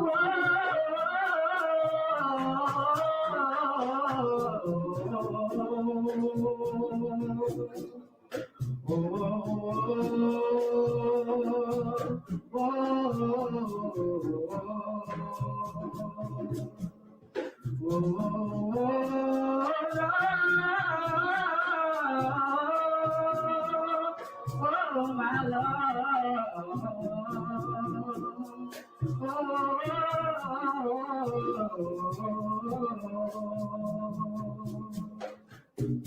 Yes, He is our Savior, our hope and guiding light, and He grants us understanding. Yes, He teaches us the light.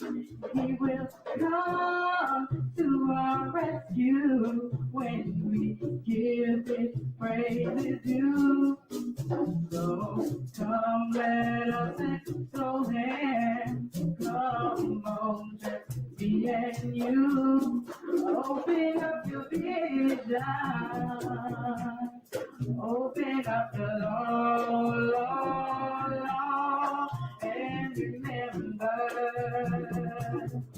just who you are. You're Israelite,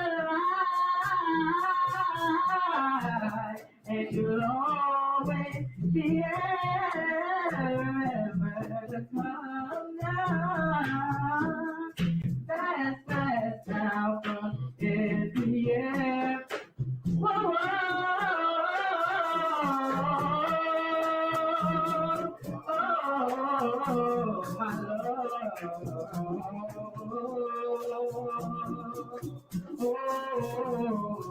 Yeah,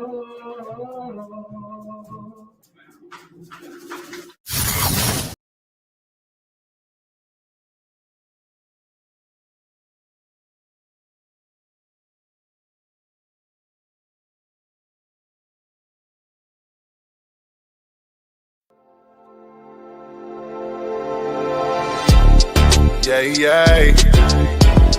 Yeah, yeah, yeah, yeah, yeah. Shout out to the Aces Hiles. Yeah, yeah. Yeah, yeah, yeah, yeah, yeah, yeah, yeah. Hey, I see you living your best and you're modestly dressed. You got the recipe for success. Girl, you blessed. She sneers, she sneers. She sneers, she sneers. I see you living your best and you're modestly dressed. You got the recipe for success. Girl, you blessed. She sneers, she sneers. Yeah, yeah. She sneers, she sneers. Say, hey, Shehayo, ain't no denial. Been looking for someone like you for a while. Nature in favor, Sarah Imenu, Rebecca Imenu, Leah Imenu, Rachel Imenu. Great things in store, and this is just a preview. Fine, and you fly dressed. That's that new D-Rama. High me dose, and you all about your commas. Get your cooking skills from your mama, and you get your toughness and your confidence from your Abba. I'm grateful to your folks like Toda Rabba. I pray we see each other in Olam Haba. The journey been scripted just like Java. Shout out to Haba Java. She sweeter than them blueberry pancakes. Low-key popping in the cut like a Band-Aid. Low-key popping in the cut like a Band-Aid. I see you living your best and you're modestly dressed. You got the recipe for success. Girl, you blessed. She sneers, she sneers. She sneers, she sneers. I see you living your best and you're modestly dressed. You got the recipe for success. Girl, you blessed. She sneers, she sneers. Yeah, yeah. She sneers, she sneers. Hey, ain't nothing more fashionable. The opposite is laughable and completely incompatible. I need a lady all mine who's so fly she gotta conceal her beauty at all times. Worth more than a precious stone, not just on the outside, but also in the home. She the rock and the foundation for the entire affiliation. She ain't gotta show the whole world, no, cause you know she worth the whole world. Yup, so she ain't gotta show the whole world, no, cause you know she worth the whole world. Yup, she sneers, she sneers, she sneers, she sneers, she sneers, she sneers, she sneers, she sneers, she sneers, she sneers, she sneers, she sneers, she sneers. I see you living your best and you're modestly dressed. You got the recipe for success. Girl, you blessed. She sneers, she sneers, she sneers, she sneers. I see you living your best and you're modestly dressed. You got the recipe for success. Girl, you blessed. She sneers, she sneers. She sneers, she sneers. Say you fine and you fly dressed. That's that new D-Rama. High me dose and you all about your commas. You get your cooking skills from your mama, and you get your toughness and your confidence from your Abba. I'm grateful to your folks like Toda Rabba. I pray we see each other in Olam Haba. The journey been scripted just like Jabba. Shout out to Haba Jabba. Shorty sweeter than them blueberry pancakes. Low-key popping in the cut like a Band-Aid. Low-key popping in the cut like a Band-Aid. And she ain't gotta show the whole world, no, cause she knows she worth the whole world. Yup, say she ain't gotta show the whole world, no, cause she knows she worth the whole world. Yup, she sneers, she sneers, she sneers, she sneers, she sneers, she sneers, she sneers, she sneers, she sneers, she sneers, she sneers, she sneers. Hey, here's the whole concept behind sneers, right? If you think about the finest jewelry stores, they have heavy plated glass, bulletproof doors, you got a buzz in, and the nicest things are on the other side of that glass, which typically has another sheet of glass. Then inside the store, there's more glass, and then under that glass, there's then the jewels. But when they leave the store, they even take it out of that case and put it somewhere where no one can see it. So if that's what we treat precious metals, how much more do we treat the beautiful creations that man was made for? She sneers, man.